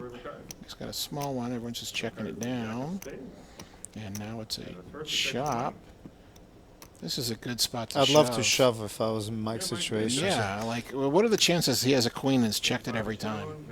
And everything else. Everything else is a I mean, chop. So or that he it's- has aces or kings and he checked those all the way. And so he's probably going to call you, but you put have almost no donside him potential. for that. Make him think about it. Like, Yeah. I'll put him up for that decision. Like, I'll do that all the time. What a river. I mean, there's definitely other Yeah, possibilities check my where it doesn't way work down. out for you, but You still would have lost. you're probably going to get him to fold way more often than you're going to run into ace, king, king, or queen X. Or jack, jack, I guess, that too. That's another hand that... But especially the way that hand was played out, what are the chances that, Adam had any of those? And if you're paying attention to body language, the way he was checking, he's just giving up on the pot. You could have sneezed at the flop and at the pot. Actually, I wouldn't have even minded Mike betting out the turn actually because he does have a king. You're probably not getting even called by an ace high there, and you're gonna deny equity a lot of the like a 9 or an 8. Like say they could pick up 2 pair on the river, but it was counterfeited. It didn't matter. He was basically drawing that on the river anyways. Well, you're always drawing dead on the river, aren't you? Not in your home games, Kirk? Not in, Kurt said not You in have his an home ocean? games. You have a what? Ocean card. Ocean card. They have an ocean card. That's sometimes or every time? Just sometimes. But they know it before the hand starts, right? So, okay. So now we're just talking semantics. In other words, you're drawing dead when all the cards are dealt out. See, Kurt's It's just gonna not do that called the every river. time. It's just not called the river. Oh, he showed this time. See, he purposely showed now, because this is the second time Mike limped and Kurt went all in. Yeah. So Kurt showed him saying, He's hey, saying, like, hey, I'm yeah. having good hands here. I'm not just running And you I want to over. reinforce that you're doing the right thing by playing conservative in that spot. And that could be, and that actually is reverse psychology here, because now he's thinking, all right, well, Mike is going to think, this is where the leveling thing comes in. Mike is going to think, well, he did that, so next time you can shove on me light, and I won't call him. But Kurt already knows that, so next time he again will have it, and he's hoping that he gets called this time, Well, that's why knowing the that he leveling already is so showed it. It's like the dangerous, whole leveling going back and forth. because there's no limit to how many levels you can Yeah, go you can with go that. back and forth. Like, So it's like now you actually have to guess how many levels is he going, and then I go the extra level to win. And so that's why I try to avoid the leveling stuff, because it's too hard for me to predict how many levels you or any other opponent's going to go.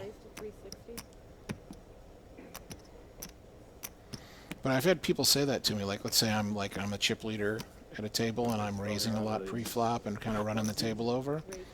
And every now and then I'm showing them, like, oh, yeah, just had aces this time, look, oh, just pocket jacks, And then someone says, oh, so that means every time you didn't show us, you had garbage. And they say that, but then they still fold when I raise. Because when it's an hour later, all they're remembering is that he keeps showing, they're remembering what they saw, more so than what they were thinking. it's interesting. Adam opened King 5 of clubs under the gun, and here's Kurt in the small blind with ace 9. Adam now has a big stack. Is he going to put some pressure on him? But see, Kurt, this is the perfect hand to put pressure on Adam and 3-bet. Put Adam for a decision for his whole tournament life. So, but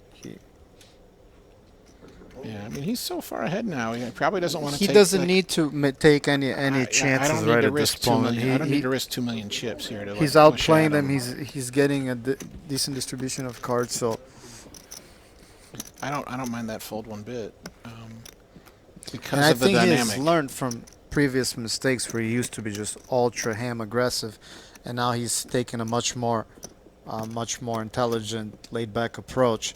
He could be very aggressive when he needs to be, but when things are working, and just let it come to you. I mean, if there's any point when you're playing poker that you're going to just ignore, like, GTO, this is the time. Because, if you find yourself in a spot where it's like, these players are letting me win consistently in a certain way, then it's not like it's a time crunch or anything. Right. It's like I can just wait and wait. Oh, look. Does he want to Folds call to there? 5. Yeah, 5. He's not. I like, again, I mean, if he calls there, I don't think it's wrong, but I don't think folding is wrong either.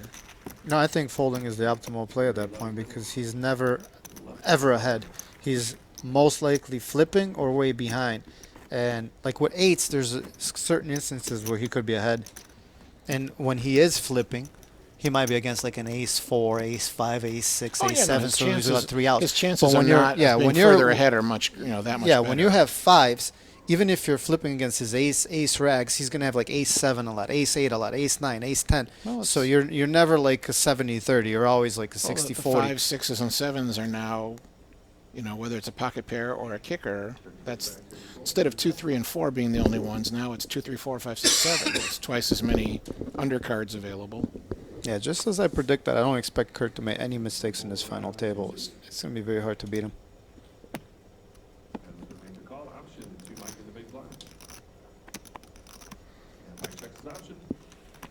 And we're going to be heads up to the flop. Let's see the flop. So Adam limped in the small blind and 7 deuce. Flop is queen of diamonds, 6 of clubs, nine of spades. Adams first, he checks over to Mike. Mike's going to bet. I like this bet. 300,000, Adam folds, and Mike's going to And that's why. It's like, I don't love the king 2 limp on the small blind up. You're not suited. It doesn't flop well at all. I'd like to raise here, and just for this exact reason, like you just allowed 7 deuce to win the pot. without improving. Right, because you're going to be out of position. So king deuce, like what flop do you really want to see to play out of position that you're going to feel very comfortable against? And if you can just bet and take it down, that's probably the optimal play at that, with that hand. Because you're way ahead of his range when you have a king, blind versus blind, king in your King hand. has the best hand most of the time.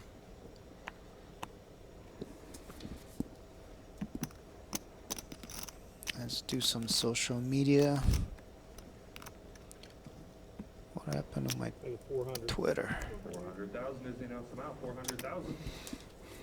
on Adam. He's gonna fold over to Mike in the small blind. Mike fold.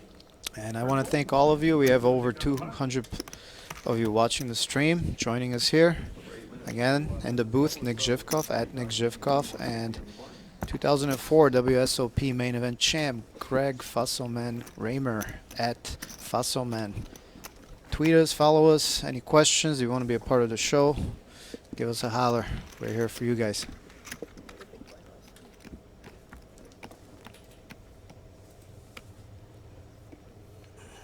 Well, action has slowed a bit here, but mostly people have been getting dealt really bad cards. Yeah, there haven't been any good cards dealt. Plus, everybody's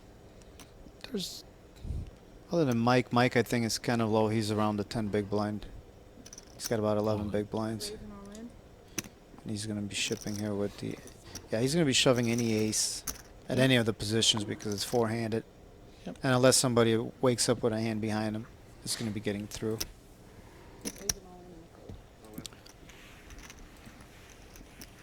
Down to 13, 14. Yeah, and here you can see the chip distribution and what a powerful position Kurt Jewell is in. He's got 37 big blinds with 6.1 million. And then the other three stacks are below 15 blinds. So they're playing for second, third, and fourth. And he just needs to sit back, wait for some cards, and put some pressure on Jeff and Adam. And he'll be putting pressure on the second and third stack. Especially if one of the stacks gets below 10 big blinds. Well, the funny thing is, like, you know, mathematically, if you have half the chips, which Kurt does now, you're going to win half the time. But if everyone here was a world-class player, like if these are the 4 best tournament players in the world, Kurt would win more than half the time because they would all understand ICM. They would all know that, like, I have to fold in a lot of marginal spots when Kurt is applying pressure. So he would be able to leverage that to win even more than half the time. Yeah, I think. So in other words, I'm not talking about these opponents. You know, just in general, it's like it gives him. He's in such a great spot here with this lead.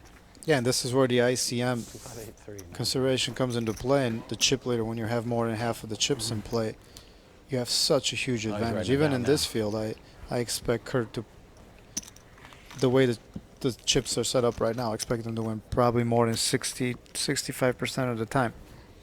I mean, the main problem he has is that since all the stacks are so short, you know, he could get someone all in, and even if he's the favorite, if he loses, now he's back to the average. And then if he gets it all in a second time as a favorite and loses, he's done. So it only takes 2 beats, whether they're bad beats or cold decks, and he's boom, and he's out in 4th place playing perfect. And that's happened to us plenty of times, you know. I mean, if these It stacks... just happened to me in the Chicago Poker Classic. If these were like 150 and 50 and 50 blinds, or whatever, I mean 133 for the, you know, if he had 100 blinds and they had 100 divided amongst them. 1.9. So Jeff That's good. is getting a little creative here, opening the button with Jack 3 off. And that might actually save Adam. Well, actually, no, Adam is in the small blind. Might kill Adam. Yeah, that He might kill Adam shove, because and Adam then might not shove, and fold. I don't think Mike's folding ace 10. I don't like this Jack 3. I mean, they have to both be folding, you know, 2/3 way of the too much. time. Like, 2 of them put together have to be folding 2 out of 3 times, which is asking a lot. You're asking these guys to, each of them to stick to like a top, you know, 15% hand. Maybe even top 10. And I think Adam, I don't know, but based on the way he played other hands and his body language, he's thinking it over, but he's going to fold. See, I just don't like all this. He's telling the world, like, I have a moderate hand. Move all in out of the 2 seed. Action's You on know, the he's big just, blind. unless he's good enough to act like that when he has 2 aces as well, I don't like it. Back to Jeff. He's going to fold as well. And he got away from the ace 10. Can we see now? Do we have to wait?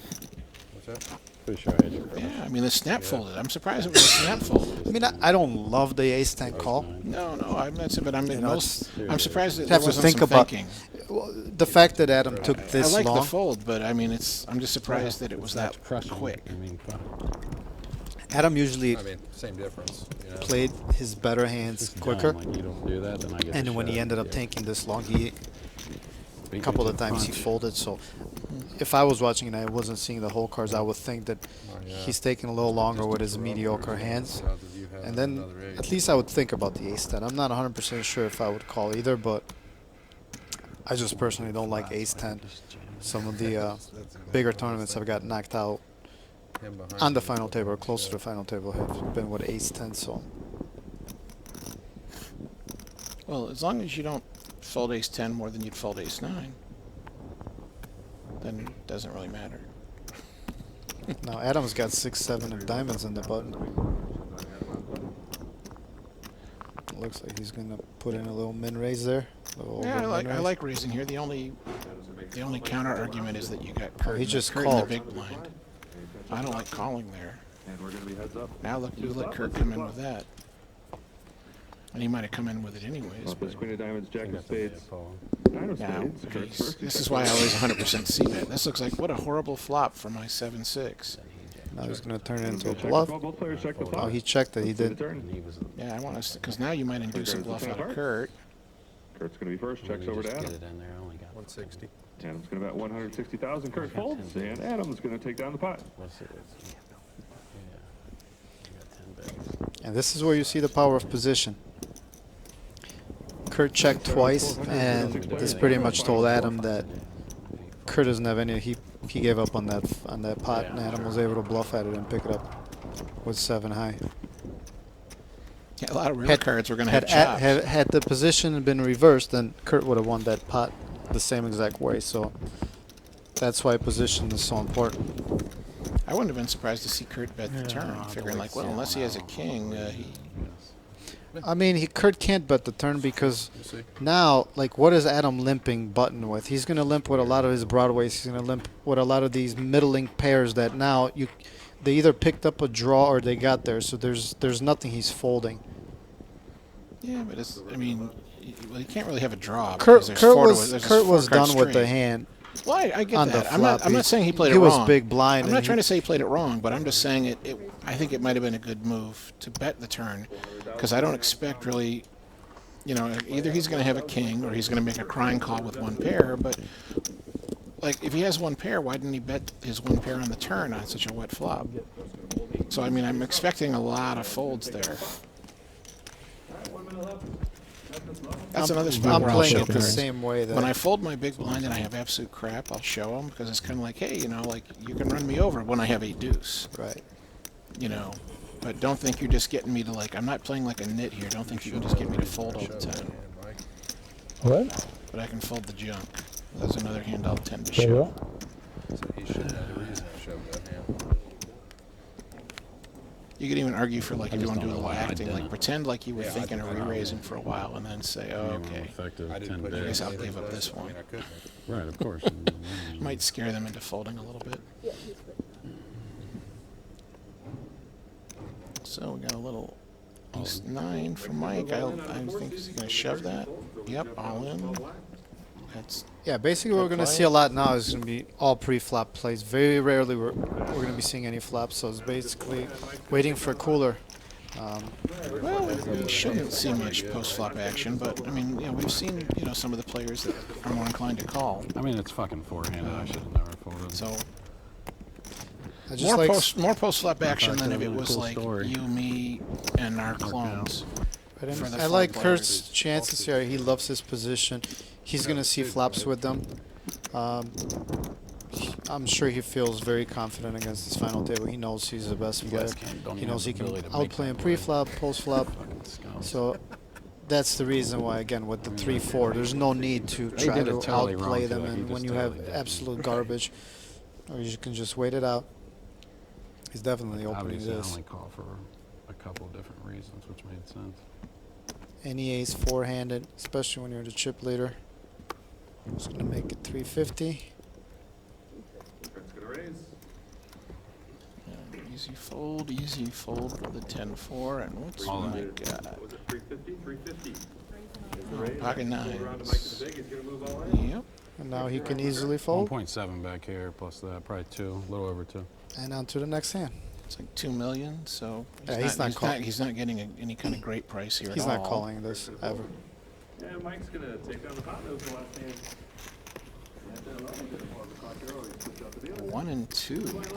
And levels are up, guys. We're up to, we should be what, 10,000, 20, or 100,000, 200,000, right? And that will put even more pressure on everybody. Now Mike just picked up this spot, but Adam and Mike are close to 10 big blinds. And Jeff is in the second spot with about 18 bigs. Oh, what happened? How come I got my stuff completely wrong here? Okay, is this correct? Okay, so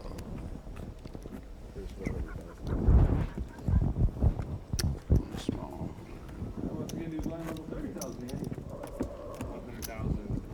Adam is 3.1.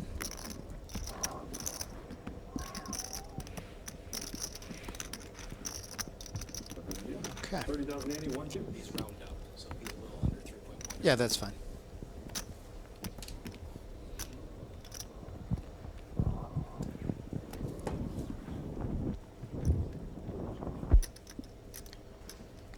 Well, we've gotten to a spot now where even Kurt might decide if he's going to like open pre-flop. He might just shove, since the biggest stack anyone has is 15 blinds. Yeah, now what we're playing, guys, is effective stacks. I'm all in So for Mike. Re-raise all in. Jeff went all in with the old Queen 7, which is a little optimistic. and under the gun. It's being a little overly optimistic there. It's very ambitious under the gun when Yes. we still have 3 players left to activate. Mike is in good spot right now to take second place in the chip counts by knocking out Jeff. And Mike, yeah, Mike does have Jeff covered. Club 7 of clubs, the pocket kings. Let's see the flop. I mean, he was under 10 blinds, so it's not like a horrible shove. But I think I would have waited. Jack of spades. I think I would have just folded it. Mike is still in the lead with his Oh, pocket he's got some king. runners. Jeff needs either running straight cards, running flush cards, or It's a 9 of clubs for maximum sweat. yeah. Oh, he's got a 7. A 7, so 5 Alright, outs. so now he's got queens and 7s. With one the of our outs is one of dead, our Kurt. outs is dead, so he's got 4 outs. He's got a Someone else 10% folded. chance, Jeff's gonna need to and this see is where that's a good time to use your one time. 20 One to time. fourth place. Let's see the river card.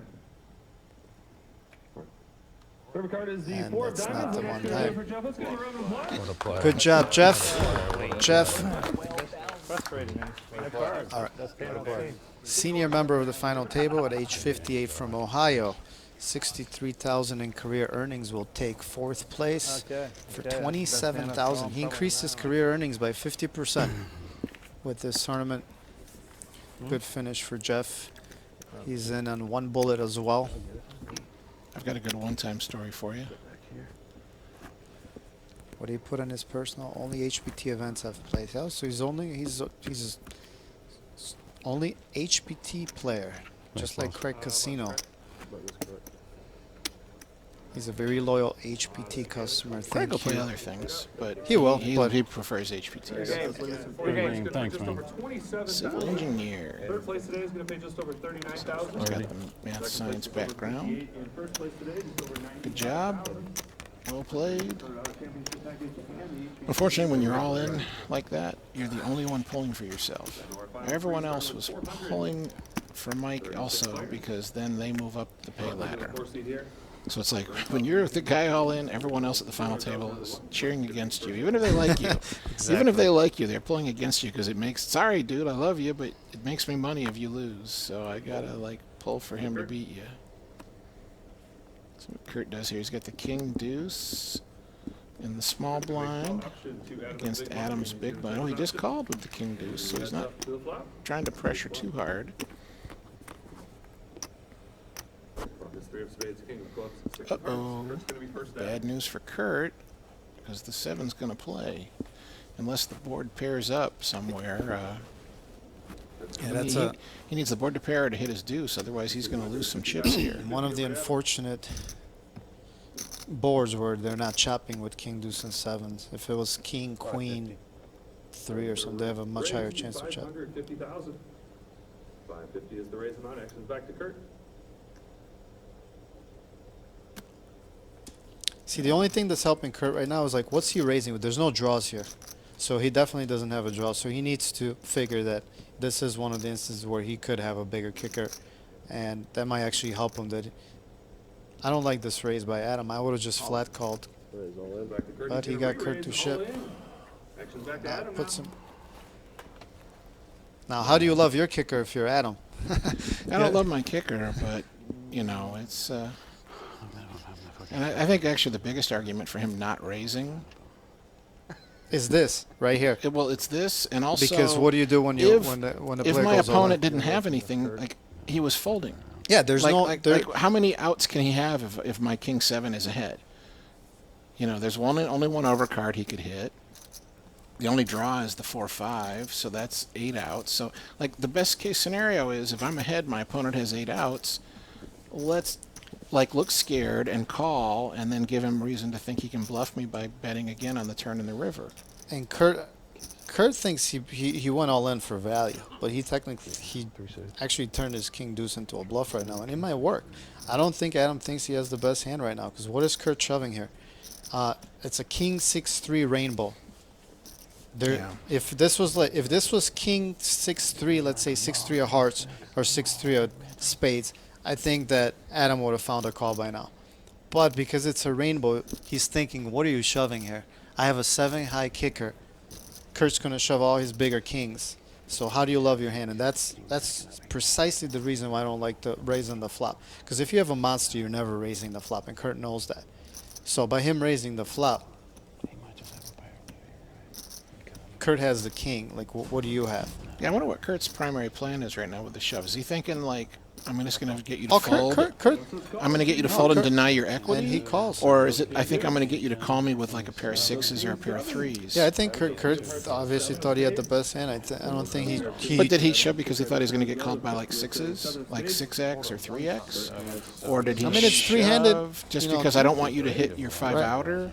Like, three-handed, possibly. You know, he might have had some type of middling pair like 8, 7s, 9s, Ace 6, Yeah, I mean, you I'm know, just curious. I'm not Jack. just, All right, now Kurt really. I'm not trying to say he's wrong. I'm just curious what was the plan A with the shove? He needs a double paired board right now, really bad. Overcard is the queen of spades. Not gonna do it. Pair of kings with the 7 kicker. It's gonna win. Let's get it. Big pot for Adam. Oh, well, they're doing all that math. I'll tell you my one-time story that's so funny. So in 2009 at the World Series, they had a special event, a $40,000 buy-in, no-limit tournament because it was the 40th anniversary of the World Series. And that was right at the beginning of the summer. And I ended up making the final table. And one of the people that came out for that was my mom, who is not a poker player. Okay. So she's at the final table sitting with my wife and other friends and stuff in the audience. And we'd had several people who were like all in with a draw. Like they're all in on the flop with a flush draw, and they're like, okay, I'm going to use my one time here, give me my flush. And it had happened like 3 times, and they had made their hand. Okay. Okay, so she's seen this history. Okay. Now we're 3-handed, and I think I know where this I'm is all going. in. Like we were like dead tied 3 ways, and first prize is like 1.7 million. So this is the big tournament. Yeah. And I'm all in now. We don't even know who has who covered actually, but I'm either all in and covered, or I'm all in and barely have him covered.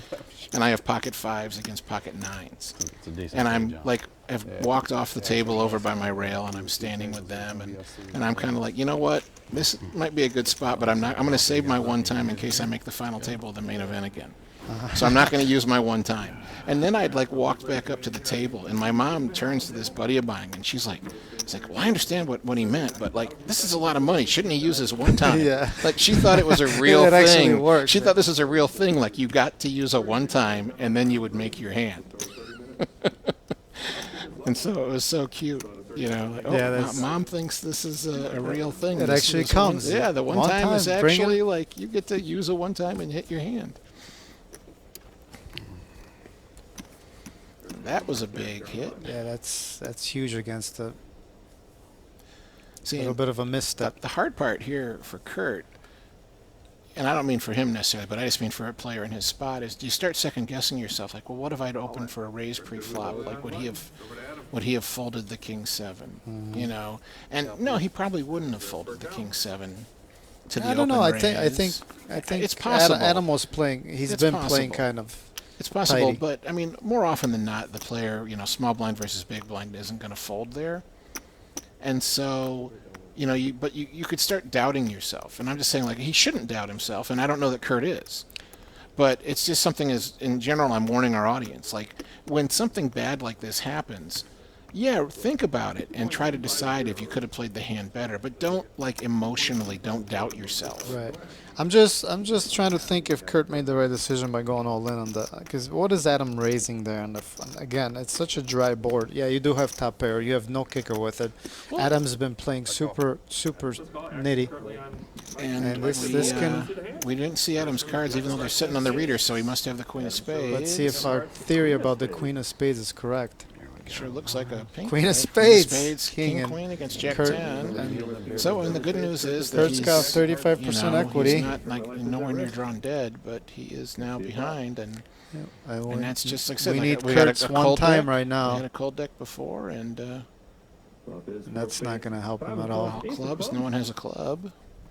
Chop. So this is where I start pulling for the 2 of clubs on the turn, because I don't want to seem greedy by asking for a jack or a 10. So I asked for the 2 of clubs, so I get more chop outs. But that's only And that's it. ace king. He has to He's hit. got to hit a queen. He's gotta He's hit the got 3 queen. queens. He's only got 2. Well, 3 queens. to 3 hit. queens. Yeah. On the river to make the straight. And my buddy Kurt. See, that's when you're that shallow. Like one mistake or one bad thing, you can go from chip leader to third that quickly. River card is the 9 of spades. It's That's the gonna do it. 9. Let's give Sorry, Kurt buddy. Yeah, Good he job, played, Kurt. He played great, but Just one mishap. I mean, And to be honest, no matter how he plays that hand, I mean, if he doesn't shove the flop, it probably still goes all in on a later street. 10-minute break. I'm gonna square you guys up. I don't think so. Not against Adam. I think if he calls, I think this might actually go check. It's definitely gonna go check on the turn. Well, we'll never know, but now we're heads up. I'm going to take a little break while they adjust the seating for the heads up. Yeah, I think if he play, just and- called the flop, Adam was not playing super aggressive at all, so I wouldn't have been surprised to just go check on the turn and perhaps even check on the river. But again, we don't know. Well, it did come Queen Jack, and those would be slightly scary cards. Right. And that's why I say It might that. not have all gone in. Yeah, that's but, why I say that they're both not loving the turn in the river. So So 10-minute break here while we reset for heads up play, and then we'll be back with you. So good time to hit the restroom or whatever, and see you soon on the HPT.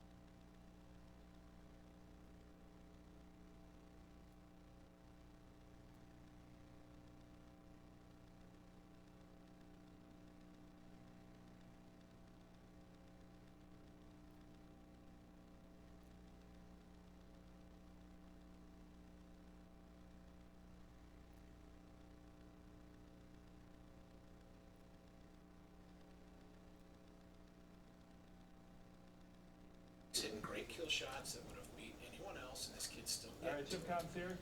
And Adam in the 3 seed so has it's so athletic, so 8,740,000 dramatic. chips.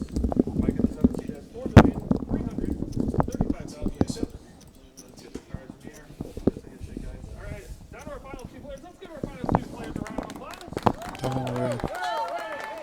And we're back. Not yet. Heads up, HPT. All right, so blind still 100, 200,000. Welcome back, everybody. We got a little under 9 million chips in play. All right, heads up play button's going to be first to act. Should be more than that.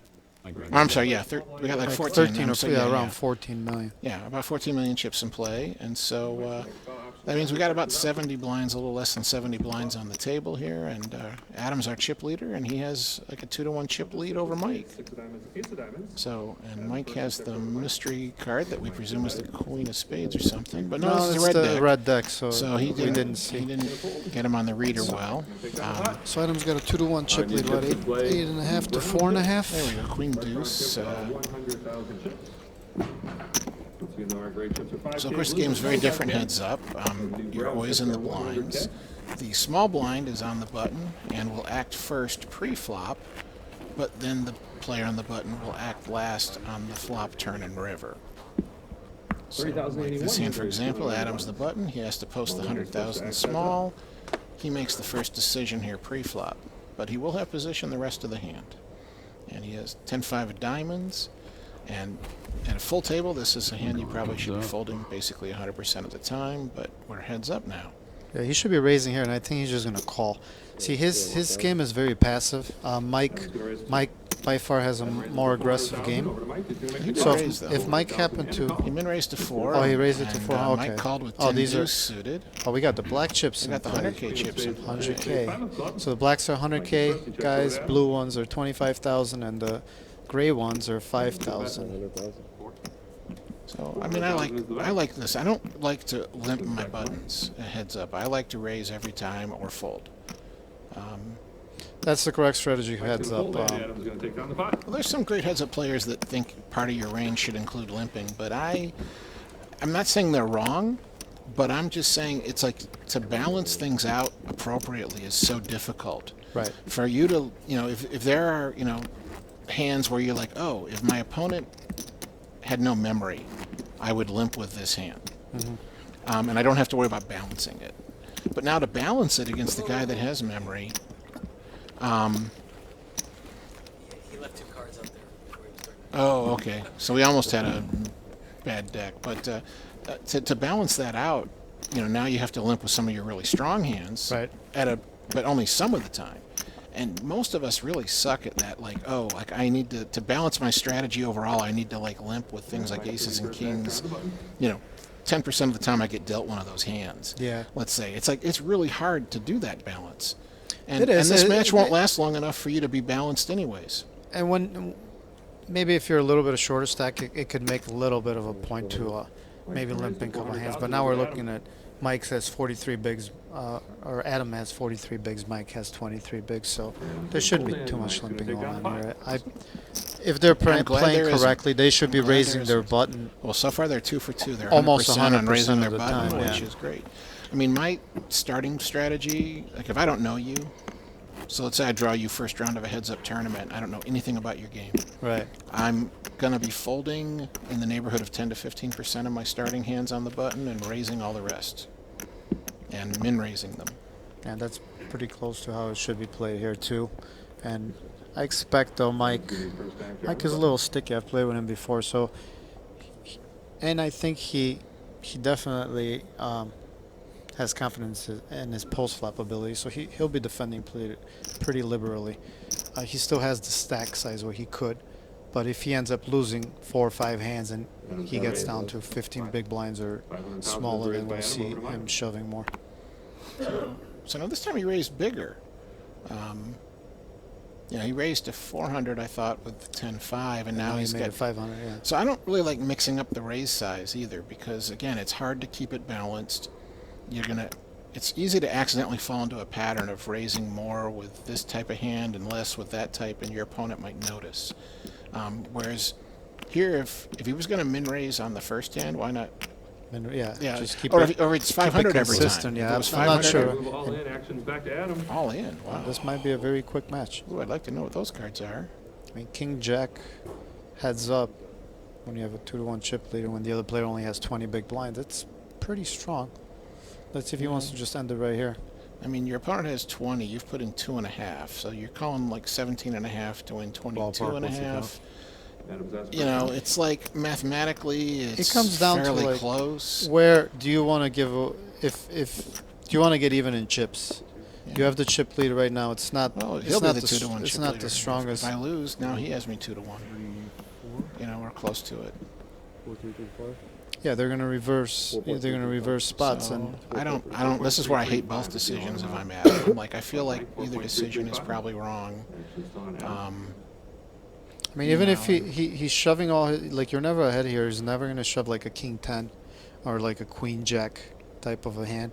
Most likely it's some type of an ace or a pair. So your best case scenario is that you're flipping against like a pair of 10s or a pair of 9s.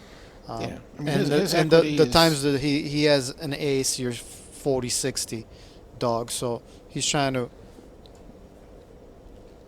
I mean, I don't know. He's, As I said, he's I trying mean, to guess here. Like, you give Mike a reasonable range, and it's about break even whether he calls or folds here on the math. I mean, Mike will be the more aggressive player by far. So if Mike picks up some chips, I mean, for our people watching, it's like one of the things you might want to do in a spot. If you're in Adam's spot right now, one of the things that you might want to do is, well, you know, and this is if you have the ego that doesn't get in your way. If you're like, you know what, I'm really sure this guy's a better player than me. He's more experienced. He's more skillful. Then this is where you go ahead and make the call right now, because if you call right now and you're wrong, it's not like you're wrong by a lot. You know, mathematically, this is fairly close to, you know, the same equity whether you fold or call. So if you're sure that you're the better player by far, this is an easy fold. If you're sure that Mike is the better player by far, then I think it becomes an easy call. But there's very few people that are going to ever like admit that to themselves, that like, yeah, this guy's just but even way then, better than me. I don't think it's an easy call. I think maybe you might want to gamble more. He decides Yeah, to exactly. gamble, and Let's he's gamble. against Ace king. queen. Adam Ace shoves. king. King jack. Right, Adam. Yeah, I mean, this is like, you know, this is terrible know, smart. this Wants is to be about ace the worst jack, hand right? you could run into. Yeah, ace jack or Calls ace with king. king jack, The like, only fuck. one, the one he Kid got doesn't some want to see. balls. Because now he only has 30% equity. at risk. I only don't like this call. What is it? Oh, ace queen. All right. Okay, yeah, Never then mind. that's exactly that's one of the hands you were hoping for. Yeah, ace queen. Yeah, now you have 37%, 40% equity. So, You know. and now if he happens I to only get hate lucky the here, call if it turn depends is why. over. If he called because he thought I have the best hand a lot of the time, then I don't like it. I can't If he think of him called thinking that because he thinks he I has think the this best is a good spot to gamble, I think he's just trying to gamble and win it. then I don't mind it. As long as he's saying I want to gamble now because I think it's pretty close to even if I call and I think Mike's going to outplay me. This is the key river card when Mike is one hand away from doubling up, and Adam is one hand away from winning it, and Mike is going to double up, and they're going to switch chip stacks, and Mike will be hard to beat. Yeah, he will. And like I said, it's tough. I mean, and most players that would have the poker knowledge to understand what I was talking about, that like, hey, you should be a lot more willing to gamble if the other player is good, if he's a better player than you. Most players that understand that, they, you know, would feel like, well, I'm good enough that I shouldn't gamble then. I've seen very few times where I thought someone is a pretty good player and would understand all of that, and they would say, but he's way better than No, me. I'm good, thank you. But I think That is rare. perhaps that's where There's not many of us that ever admit the other guy's way better than me. perhaps that's where Kurt made the mistake of raising all in with his king deuce, because a really good player I think would have folded the king 7 in that spot. They're going to realize that they're second in chips at the moment, and Kurt put a lot of pressure on him. So basically, you can go from second to fourth. 2 cream, 2 sugar. If you end up busting here and you have a king with, yeah, you have top pair. It's hard four-handed, but you have a king kicker. I mean, a 7 kicker and a king Right? 6 You were the big last time. 3 rainbow. There's really not Raise many your draws, big, so yeah. your opponent You either know, has you you raise crushed. button, yes, I'm button. I wouldn't expect my opponent to be turning a king into a bluff. So he either has you crushed, so you're either way ahead or way behind. And All right, we're going going hoods down now. I You don't just know let what me he was know thinking we're there. No, no, we're staying hoods up. Oh, fuck. Go. 200. But Sorry. Mike has the Sorry. chip lead. Mike's gonna 8.6 million. First act on the button.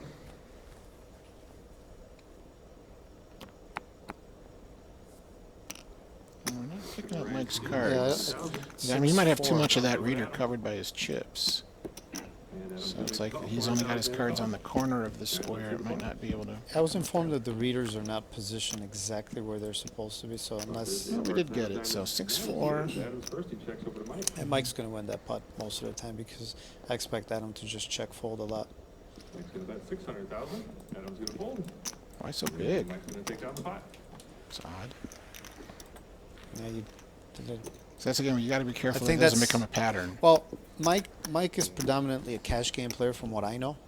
He's not a very big tournament player, but from some of the comments in the chat and from some people that I know that know him, I think he's a really good cash game player. So his sizing is going to be a little bigger than the normal tournament sizing. So Well, but even as a cash game player, how often do you No, bet always forget that you 150% of the pot? I expect him to put a lot of pressure on Adam right now and to just basically start grinding him down. Adam has a raising hand on the button here with the ace-5 of hearts. Well, that's always my plan A, is to Let's see grind what you his down, heads up. Size is here. He's going to make it even bigger now. He's going to make it... It looks like he's making it 700,000 if he puts that whole stack in. Oh, but now he changed his mind. And he's cutting out like 475. What was it? 550. 550,000 was the raise. 550. Mike's gonna fold. And Adams gonna take down the pot.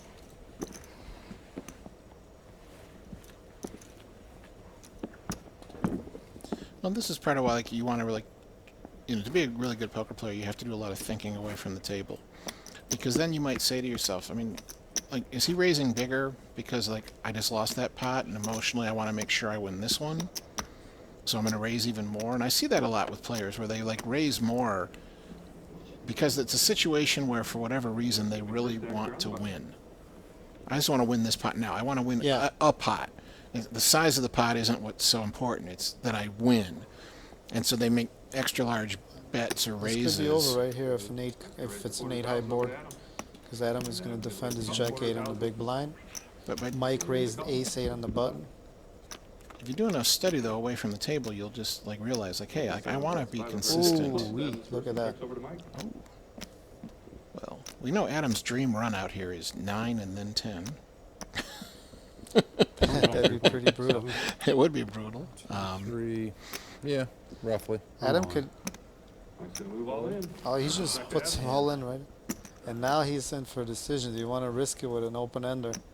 Well, it's like, He double checks his cards. He's like, let's see, could this be it? so this is where you got to ask yourself. Mike is going to be in a like- great shape here if Adam decides to gamble here, because the only way Adam can win this hand is if he hits a jack, or if he gets the, like you said, the 9-10 well, run out. so unlikely we can ignore it for the math purposes, the 9-10 run out. But what's most likely going to happen is Mike is going to end up winning the hand with ace high, Very frequently.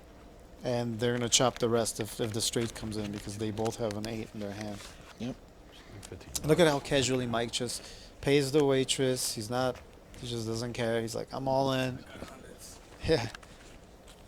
Thanks for trekking it back here to see us. You know, I mean, He's just like so comfortable. He's like, yeah, go ahead. Like, I mean, but 3.9 million. I don't see Adam calling here. I mean, you and, have 4 million. You don't have a made hand yet. And he's just showing him the 8. Now, if I was Mike, I would show him the 8 as well. You want to see one? And just that, leave it at he'll that. feel better about his fold if you show him an 8. See, he did. He showed him the 8 too. But see, now if I'm Adam, I it was feel the better correct because one, I'm is like, what oh, you meant, I didn't right? have Yeah, 8 you outs mean to like the one win. that- Yeah, but Right. maybe was the Mike one had to your 8-9 right, or 8-10, and now you're. Yeah, and I said, well, he could have had 8 in a pair or 8 in a better You were pretty kicker. far He from did. Mark He there. did show him the 8 of hearts, so Winning. You know, I I'm don't. sure he feels decent about I mean, it. pretty far out to win I'm that. thinking like, oh, good. I was mean, you probably showed a heart, so drawn to 3 outs to have one win of those in my now. hand. I mean, only the 8-9 and 8-10 am I ahead. Do that. And Adams gonna be first act on the You button. know, I'd feel better about my fold even. 10 deuce off. Now, if you're going to ever fold your button, this is the hand. Don't call. No, don't call. Adam's gonna make the call. Option. See Mike, he's gonna check his option. I mean, All right, let's see. they're gonna say we're berating players again, but what is the purpose of calling here with 10 deuce? What flop do you get that you really love? Well, Yeah, it's you're a- in position. If he now bets after this check, then Yeah, but the now call he- is but now the he call's checked- way better. But now he checked back. Now he's checked back, and if I'm Mike, I actually don't even want to bet this because I'm like, well, the only No, it's either you have a pair or king yeah, high, or Jack- I'm ahead. So it's like I mean, this is one of those instances that we Jack high talked about doesn't on the look break. that Where good. now they're chopping, Checks over to Adam. so this is gonna end up being. Oh, he's gonna. I think he's gonna stab on. All right, now this I like. I like this bet, unless you're setting yourself up for like a check raise. Yeah, but that what do you you fold to? What do you have here? That's the problem. It's like, all right, you're trying to fold out a chop. You're folding out a basically. chop, and you're That's saying such a like good I card have a for it, 9. whatever. If I'm not folding out a chop, I have a 9. I mean, that's the only. I What are was you repping? scared Like to a bet my 9? 9 on the flop and the turn, and I'm gonna. I mean, I'm chopping that most of the time, right? Show me why I'm good. You're gonna That's make what me Mike is saying right now. He's Mike's like, gonna fold, and Adam's gonna take down the pile. So I think he's wondering like, did you understand we were chopping most of the time? short stack Like, bullying me. I mean, the way the tone of Jesus voice was like, you know, we were Christ. What am I chopping doing this here? most of the time. Like, don't you get that? And I would have said like, as soon as he folded, I said, not anymore. Oh, we'll correct that moving forward. I was just gonna. Too bad it's shut been up. so Well, long. like, he's smart enough to the check original back. Pink Panther movies. No, There was a scene in one of those movies where he's like through my waiting mind. in You the didn't think I castle had for it some in What reason. happens if I just He's shove been let in her by the and you just butler. give He's up been put in the drawing room. I He's still waiting for call. the You count do? or the Yep. duke or What a whatever. boss. He's messing around with a suit of armor. He accidentally gets the gauntlet stuck on his hand that has the mace on the chain attached to the gauntlet. And there's a fly buzzing around, and he starts trying to swat the fly, and he ends up just destroying the room, including this piano. And the butler comes back in, and he's like, "That's a priceless Steinway." And Inspector Clouseau just says, "Not anymore." all right, let's see the flop. I've always loved that line. Not anymore. Flop is 7 of spades, ace of diamonds, 6 of diamonds. Adam's first, and checks over to Mike. Mike checks as well. Both players check the flop. Let's see the turn. Kind of surprised Mike didn't try to bluff that one. He's only got 8 high. I mean, he didn't know he was going to hit the turn, so like, why not bluff that flop when you figure that you're never going to win if you check it down? And now, even though you hit your 8 on the turn, it's, you know, I don't think he's going to fold second pair, but it's kind of like, ugh. Did he, Over to Mike. you know, did he like check? He hit the ace on the flop and he checked. I mean, Mike raises pre-flop. Adam defends. His range certainly includes weak aces. 325,000. And a call. Let's see the river card. well, he's semi-bluffing here. He has an out. There's a 6 of spades. Let's see if he uses that. That's a good bluff card for him. Yeah, it is. And if he makes it, so he bets I didn't 500,000, bet enough. I figured you got a draw on the turn. third of the pot. And that might just price Mike in. Yeah, he. 500,000 wants to bet. Mike's gonna make the call. Let's If you're see. gonna make that Way river Adam bluff, shows you need to 9. bet a lot more than Mike that. shows 8-4, 2 pair, 8s and 6s. And Mike's gonna take down the pot. I wonder if you would have bet like 1.2 million, almost a full pot size bet. Sometimes even like Or even just I 1 need to million jam might have been there. enough to make all the difference. I'm calling if you jam. I am. Are you? It's hard to Yeah. say. I mean, heads up, Wanna be having cool middle with- pair. It's with my hard. One friend Jared It's hard to watching make a me. pair heads up, and Mike him how Mike good I read him am. correctly and made the right play, and he extends his chip lead. And he's chipping him down and chipping him down.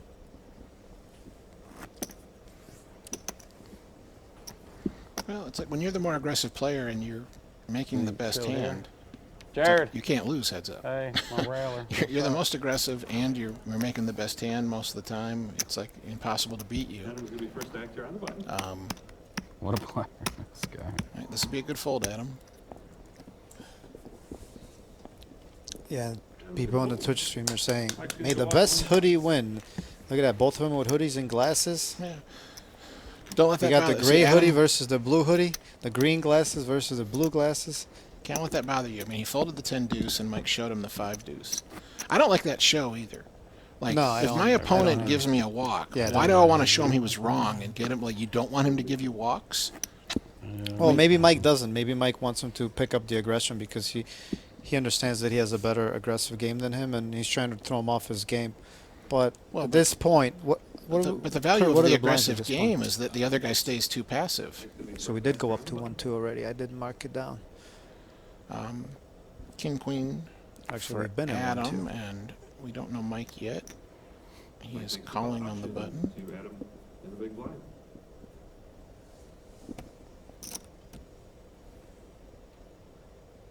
Adam's gonna raise. A total bet of 700,000. Mike's gonna fold, 700. and Adam's gonna win the pot. It was a little over a pot size raise. There was 400 in the pot plus the antes, and he made it 500. Oh, because more. Mike limped. Mike limped, so there was 460, and he bet 500 more. And he's out of position, so that's perfectly good sizing. You figure if you bet much less than that, you're not getting him to fold out too much. So 50 blinds to 14. I mean, his real thing here is, this is a funny thing is this is now a game where Adam actually kind of almost wants to be the big blind, because then when Mike raises, he can shove, and has an appropriate stack size for shoving. But like here, if he opens his button, now Mike can shove on him and make him fold a lot of his I'll show you hands. playing, Adam, just so I know. So it's 2 a spot where he'd almost rather be second to act. Like 2.4, So he limped in with Jack 6, and Yeah, now if I'm Mike here, he has to fold to any 2.5 raise and change. from Mike with that hand. All in. Mike's gonna move all in out of the big blind. Action's back. I was gonna say, if I'm Mike here, anytime he limps the button, I'm moving all in because he's seeing some of the hands he's limping the button with. And you mean for this stack size, right? Yeah, Like obviously. if he gets back up to 25 blinds, Right, yeah, he's then not doing that. then But it changes. as yeah. long as he's keeping him under 15 big blinds, Adam should not be limping anything because Mike should be shoving all of them. He's losing 100. He's losing one big blind Yeah. every time Yeah, I he was does just that. making. I knew you knew. I was just making it clear for the audience Right. that you meant that you wouldn't necessarily mean the same thing if the stat. Yeah, if they were- Adam's if Adam had if 25 if big Adam's blinds, stat then got up obviously a little right. bit more, then that would not be That's correct. a good point. Yeah, but on the way the chips are distributed right now, where Adam only has 14 big blinds left, he's putting in a big blind every time he limps the button, and Mike should be shoving. 400,000. Over to Adam. Mike raises. Adam has another horrible hand. And he's going to defend it. 400,000. Yeah, again, Adam's in a spot now where like if folds, All right, let's see the flop. calls, it's almost like he might be better off just shoving there and figuring Mike isn't going to hardly Yeah, I would ever be call picking him. hands that I'm going with. See, on a board like this, you're gonna miss the board 70% of the time. So when you're defending with Queen 4 offsuit, like I said earlier, I'm a big proponent of defending your big blind, but it's all stack dependent. When you only have 14 big blinds, you can't afford to be defending your big blind with Queen 4 off, out of position. Unless you're planning on making some moves, I guess. Well, if he's going to call down here, that's And he's just calling amazingly down with daring. Queen 4, very. Because there's no draw you can hit here. Yeah, there's no draw. He's got a basically pair saying, draw. I think I hit my queen as the best hand. The card is the 8 of hearts. I'm all Or is he in. planning on like bluffing? Oh. Oh, he did say all in. So okay, it was a float on the turn. Queen high. Adam went all in there. Mike did make the call. And he's done. He went all in with the Queen 4. And Mike had a full house with the 7. Make a full house. 8's full of 7. And this is it, ladies and gents. Let's give them both a round of applause. Adam Stevens takes down, or he gets second place for 58,940. And your champion, Mike Scarborough from Indiana, winning 95,470. Great job, Mike. I've played with Mike quite a few times. He's a very good player. And this will be a nice addition to his bankroll right before the WSOP. Do you hate me? Vegas comes up a couple of months from now. You hate me?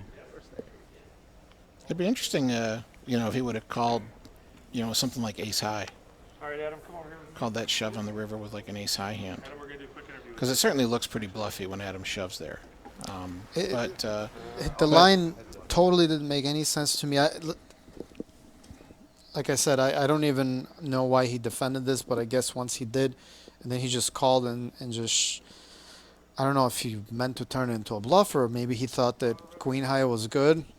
Well, the I'm not gonna advantage, say anything, the I'm not advantage of sure being what they super did. aggressive is that it does, like, when your opponent is card dead and they have to fold, it can tilt them. And they're just like, I'm sick of this guy pushing me around. He has to be bluffing some of these hands.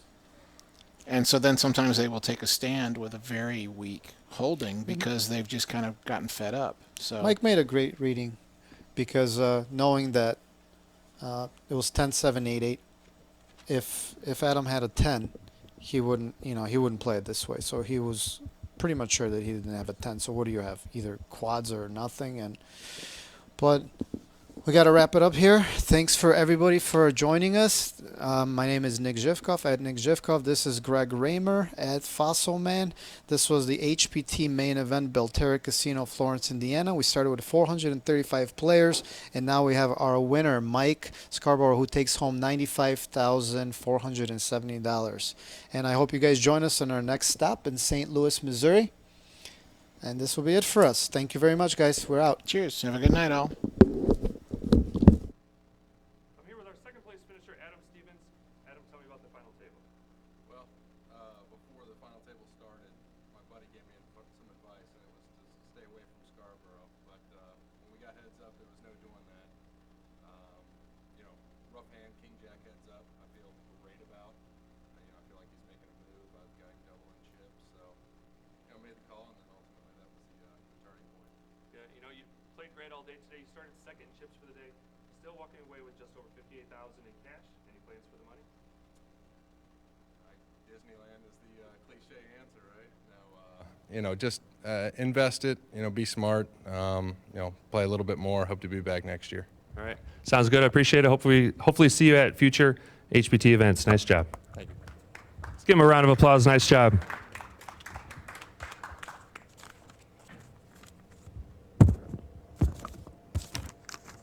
All right, Mike, you're up. Nice job. Thanks.